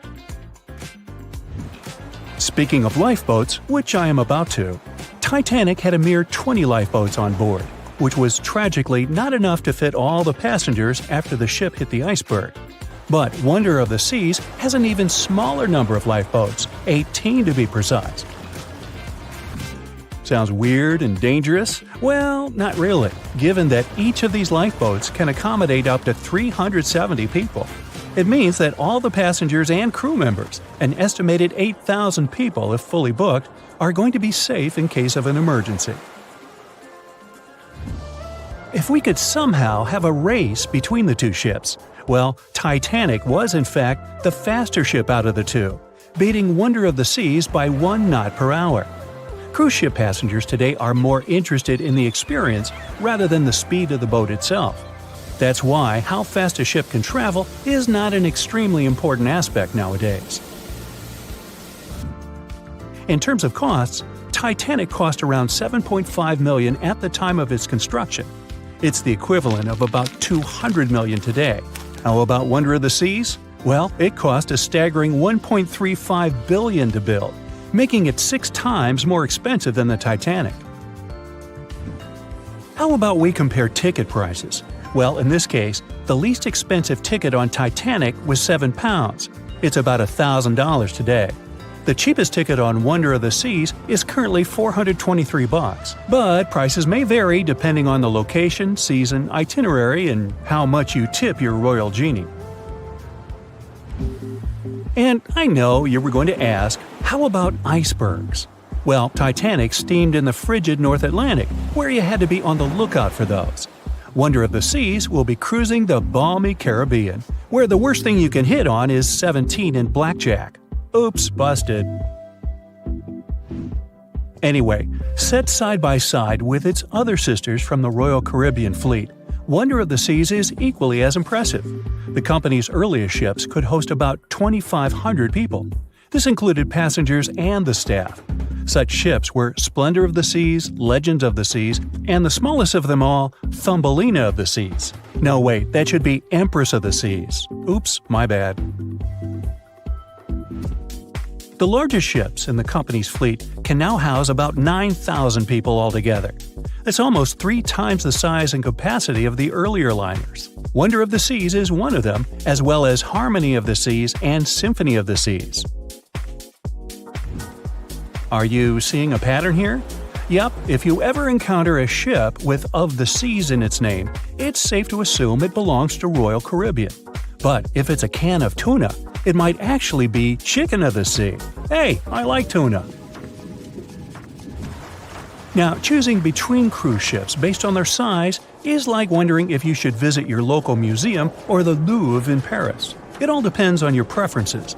Some families prefer small settings. Others are a fan of large spaces that can provide everything they need. Historically, it's equally as exciting how far we've come in terms of maritime transportation. The SS Royal William, for example, was the first boat to ever make a transatlantic voyage almost entirely steam-powered in 1833. And it was a mere 160 feet long and could house roughly 155 passengers. And if the seas were calm, then they were housed less roughly. Similarly, the first modern megaship in the world was the MS Sovereign of the Seas.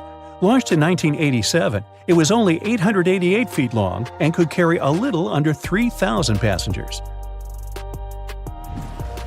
Size and capacity are not the single improvements added to newer cruise ships out there.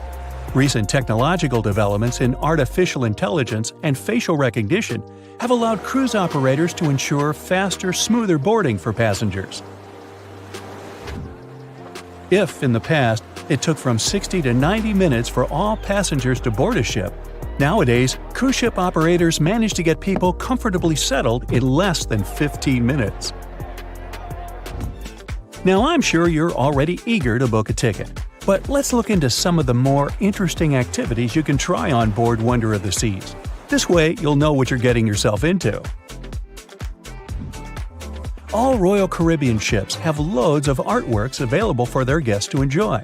But Wonder of the Seas goes above and beyond, even featuring statues of astronauts in key locations around the ship. You'll find the first astronaut looking through the glass at the promenade, while a second one is busy rock climbing at the boardwalk. The third and last astronaut is more of a movie fan. This statue can be found near the movie screen sitting area. Going astronaut sightseeing is proving to be quite the experience among guests.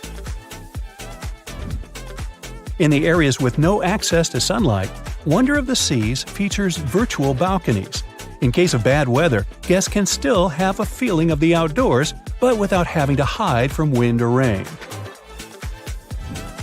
Teenagers have a place of their own reserved on the ship. There's a special club with a private hot tub, selfie area, games, and comfortable seating. The inside part of this club features a vending machine, an interesting collection of literature, and tables for foosball. Well, sign me up. Meet Arthur John Priest. No, he isn't famous for being a painter or for discovering some long-lost treasure. He didn't invent some cool gadget or break any world records. No, Arthur John Priest is famous simply for being unsinkable. Proving one can be both lucky and unlucky at the same time, Priest was involved in, and survived, several mishaps at sea, including the fateful maiden voyage of the Titanic. Priest was not a rich man interested in sailing for pleasure. He was part of the working class, employed as a stoker or fireman, stuck for hours within the hot bowels of large steam-powered vessels. His job was dirty and difficult. He was responsible for keeping the furnaces lit, feeding them coal to ensure enough steam was produced for the engines to work. He had to be careful about not overheating the system or setting fire to the whole ship. The furnaces had to be carefully watched and constantly fed. He breathed it all in a while, working and fighting with the sweat and the dirt. He would often work shirtless because of the heat, and was always covered in black coal dust. And when he finally had a break, his shared living quarters were nearby in the same part of the ship. He must have been good at his job, though, because he had no trouble finding work. But wherever he went, bad luck seemed to follow. The first incident was a mild one. As a young man, Priest worked on the RMS Asturias. The passenger liner first set sail in 1907, traveling between Southampton in the UK to Buenos Aires in Argentina. At some point during its maiden voyage, the ship suffered a small collision. The damage was bad enough that the ship returned for repairs. Thankfully, there were no reports of any serious injuries. Priest, unfazed, simply went to work on another ship, but his bad luck lingered on the Asturias. In 1914, the Asturias became a hospital ship, helping care for sick men and women around Europe while bringing them home to England. But in March 1917, at just around midnight, the ship was struck by a foreign object. Its hull was breached and the engine room flooded. The captain ordered everyone to abandon the ship, sending crew, patients, and health staff scrambling for the lifeboats. The vessel was still moving, powering through the water because the main controls, located within the flooded engine room, could not be turned off. The captain refused to leave the ship while people were still trying to escape. He was able to aim the Asturias towards Bolt Head, where it finally hit land and couldn't sink. The remaining lifeboats were lowered and the final survivors made it to safety. When they studied the damage on the ship later, the Asturias was declared a total write-off. It might be hard to pin this particular disaster on Priest. After all, he wasn't even on the ship at the time. But it seemed that many of the ships on which he served were destined for trouble. His bad luck followed him to his next job on the RMS Olympic, a massive ocean liner. The Olympic was big. In fact, it had been designed and built as part of the fleet that included the Titanic. But with size came sacrifice. The Olympic was great at moving in one direction, but very difficult to handle when it needed to turn. It was September 1911. The Olympic was trying to alter its course. The Hawk, a smaller ship sailing nearby, didn't give the larger vessel enough room to maneuver, and the two slammed into each other. Because the Hawk was engineered to deal with potential confrontations when out at sea, its reinforced bow tore through the Olympic. Two large gashes appeared on the ocean liner's side. The propeller shaft was badly twisted, and worse, the ship began to take on water.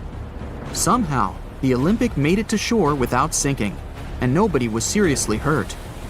Priest had no idea that this was just a small taste of what his future held for him. He next found employment on a brand new ship, a better ship, an unsinkable marvel that was said to be the biggest vessel to have ever been built. Yes, he was going to work on the Titanic. And what a job! It took 29 boilers, requiring 850 tons of coal a day to produce enough steam to power the Titanic. Priest was just one of 150 stokers toiling away in the ship's underbelly, keeping those fires burning day and night. He made around $30 a month. But on April 14, 1912, he would find himself flung from a world of extreme heat to one of blistering cold. At approximately 11:35 p.m., the crew spotted an iceberg. The Titanic tried to avoid it, but the alarm had been sounded too late. 5 minutes later, the two collided.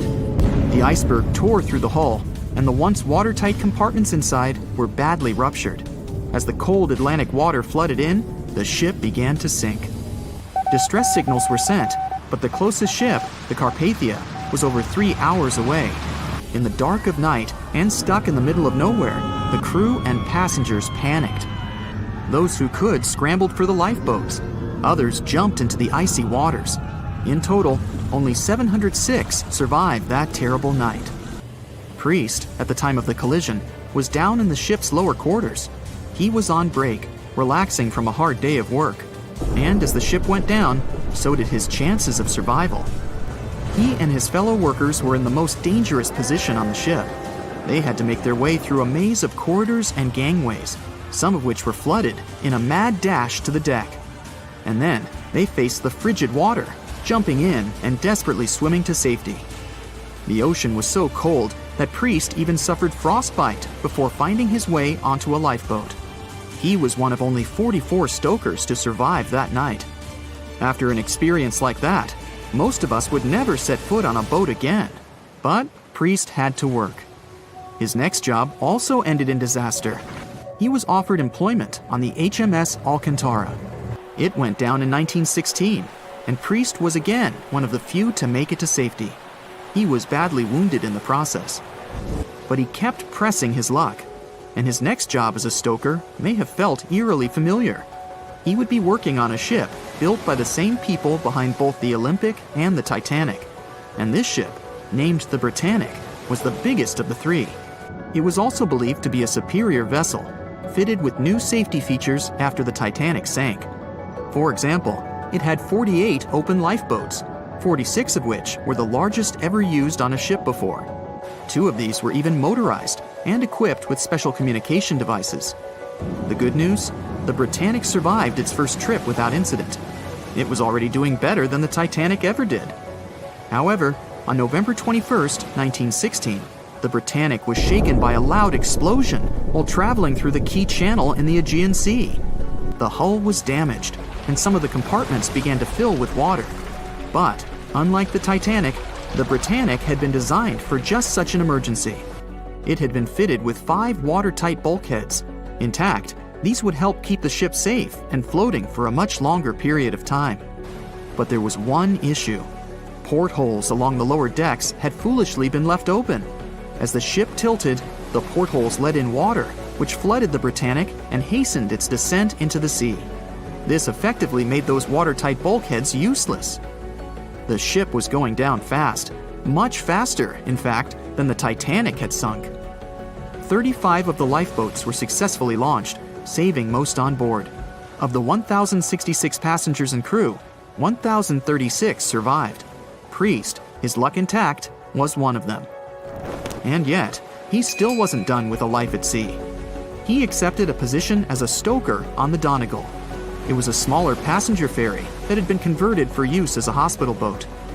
In April 1917, it was struck by a foreign object while fleeing an unsafe situation, and though he suffered from a head injury, Priest was again one of the survivors. It took experiencing 2 collisions and 4 sinkings before Priest was finally ready to retire. In fact, he reportedly said he only gave it up because no one wanted to sail with him. Can you blame them?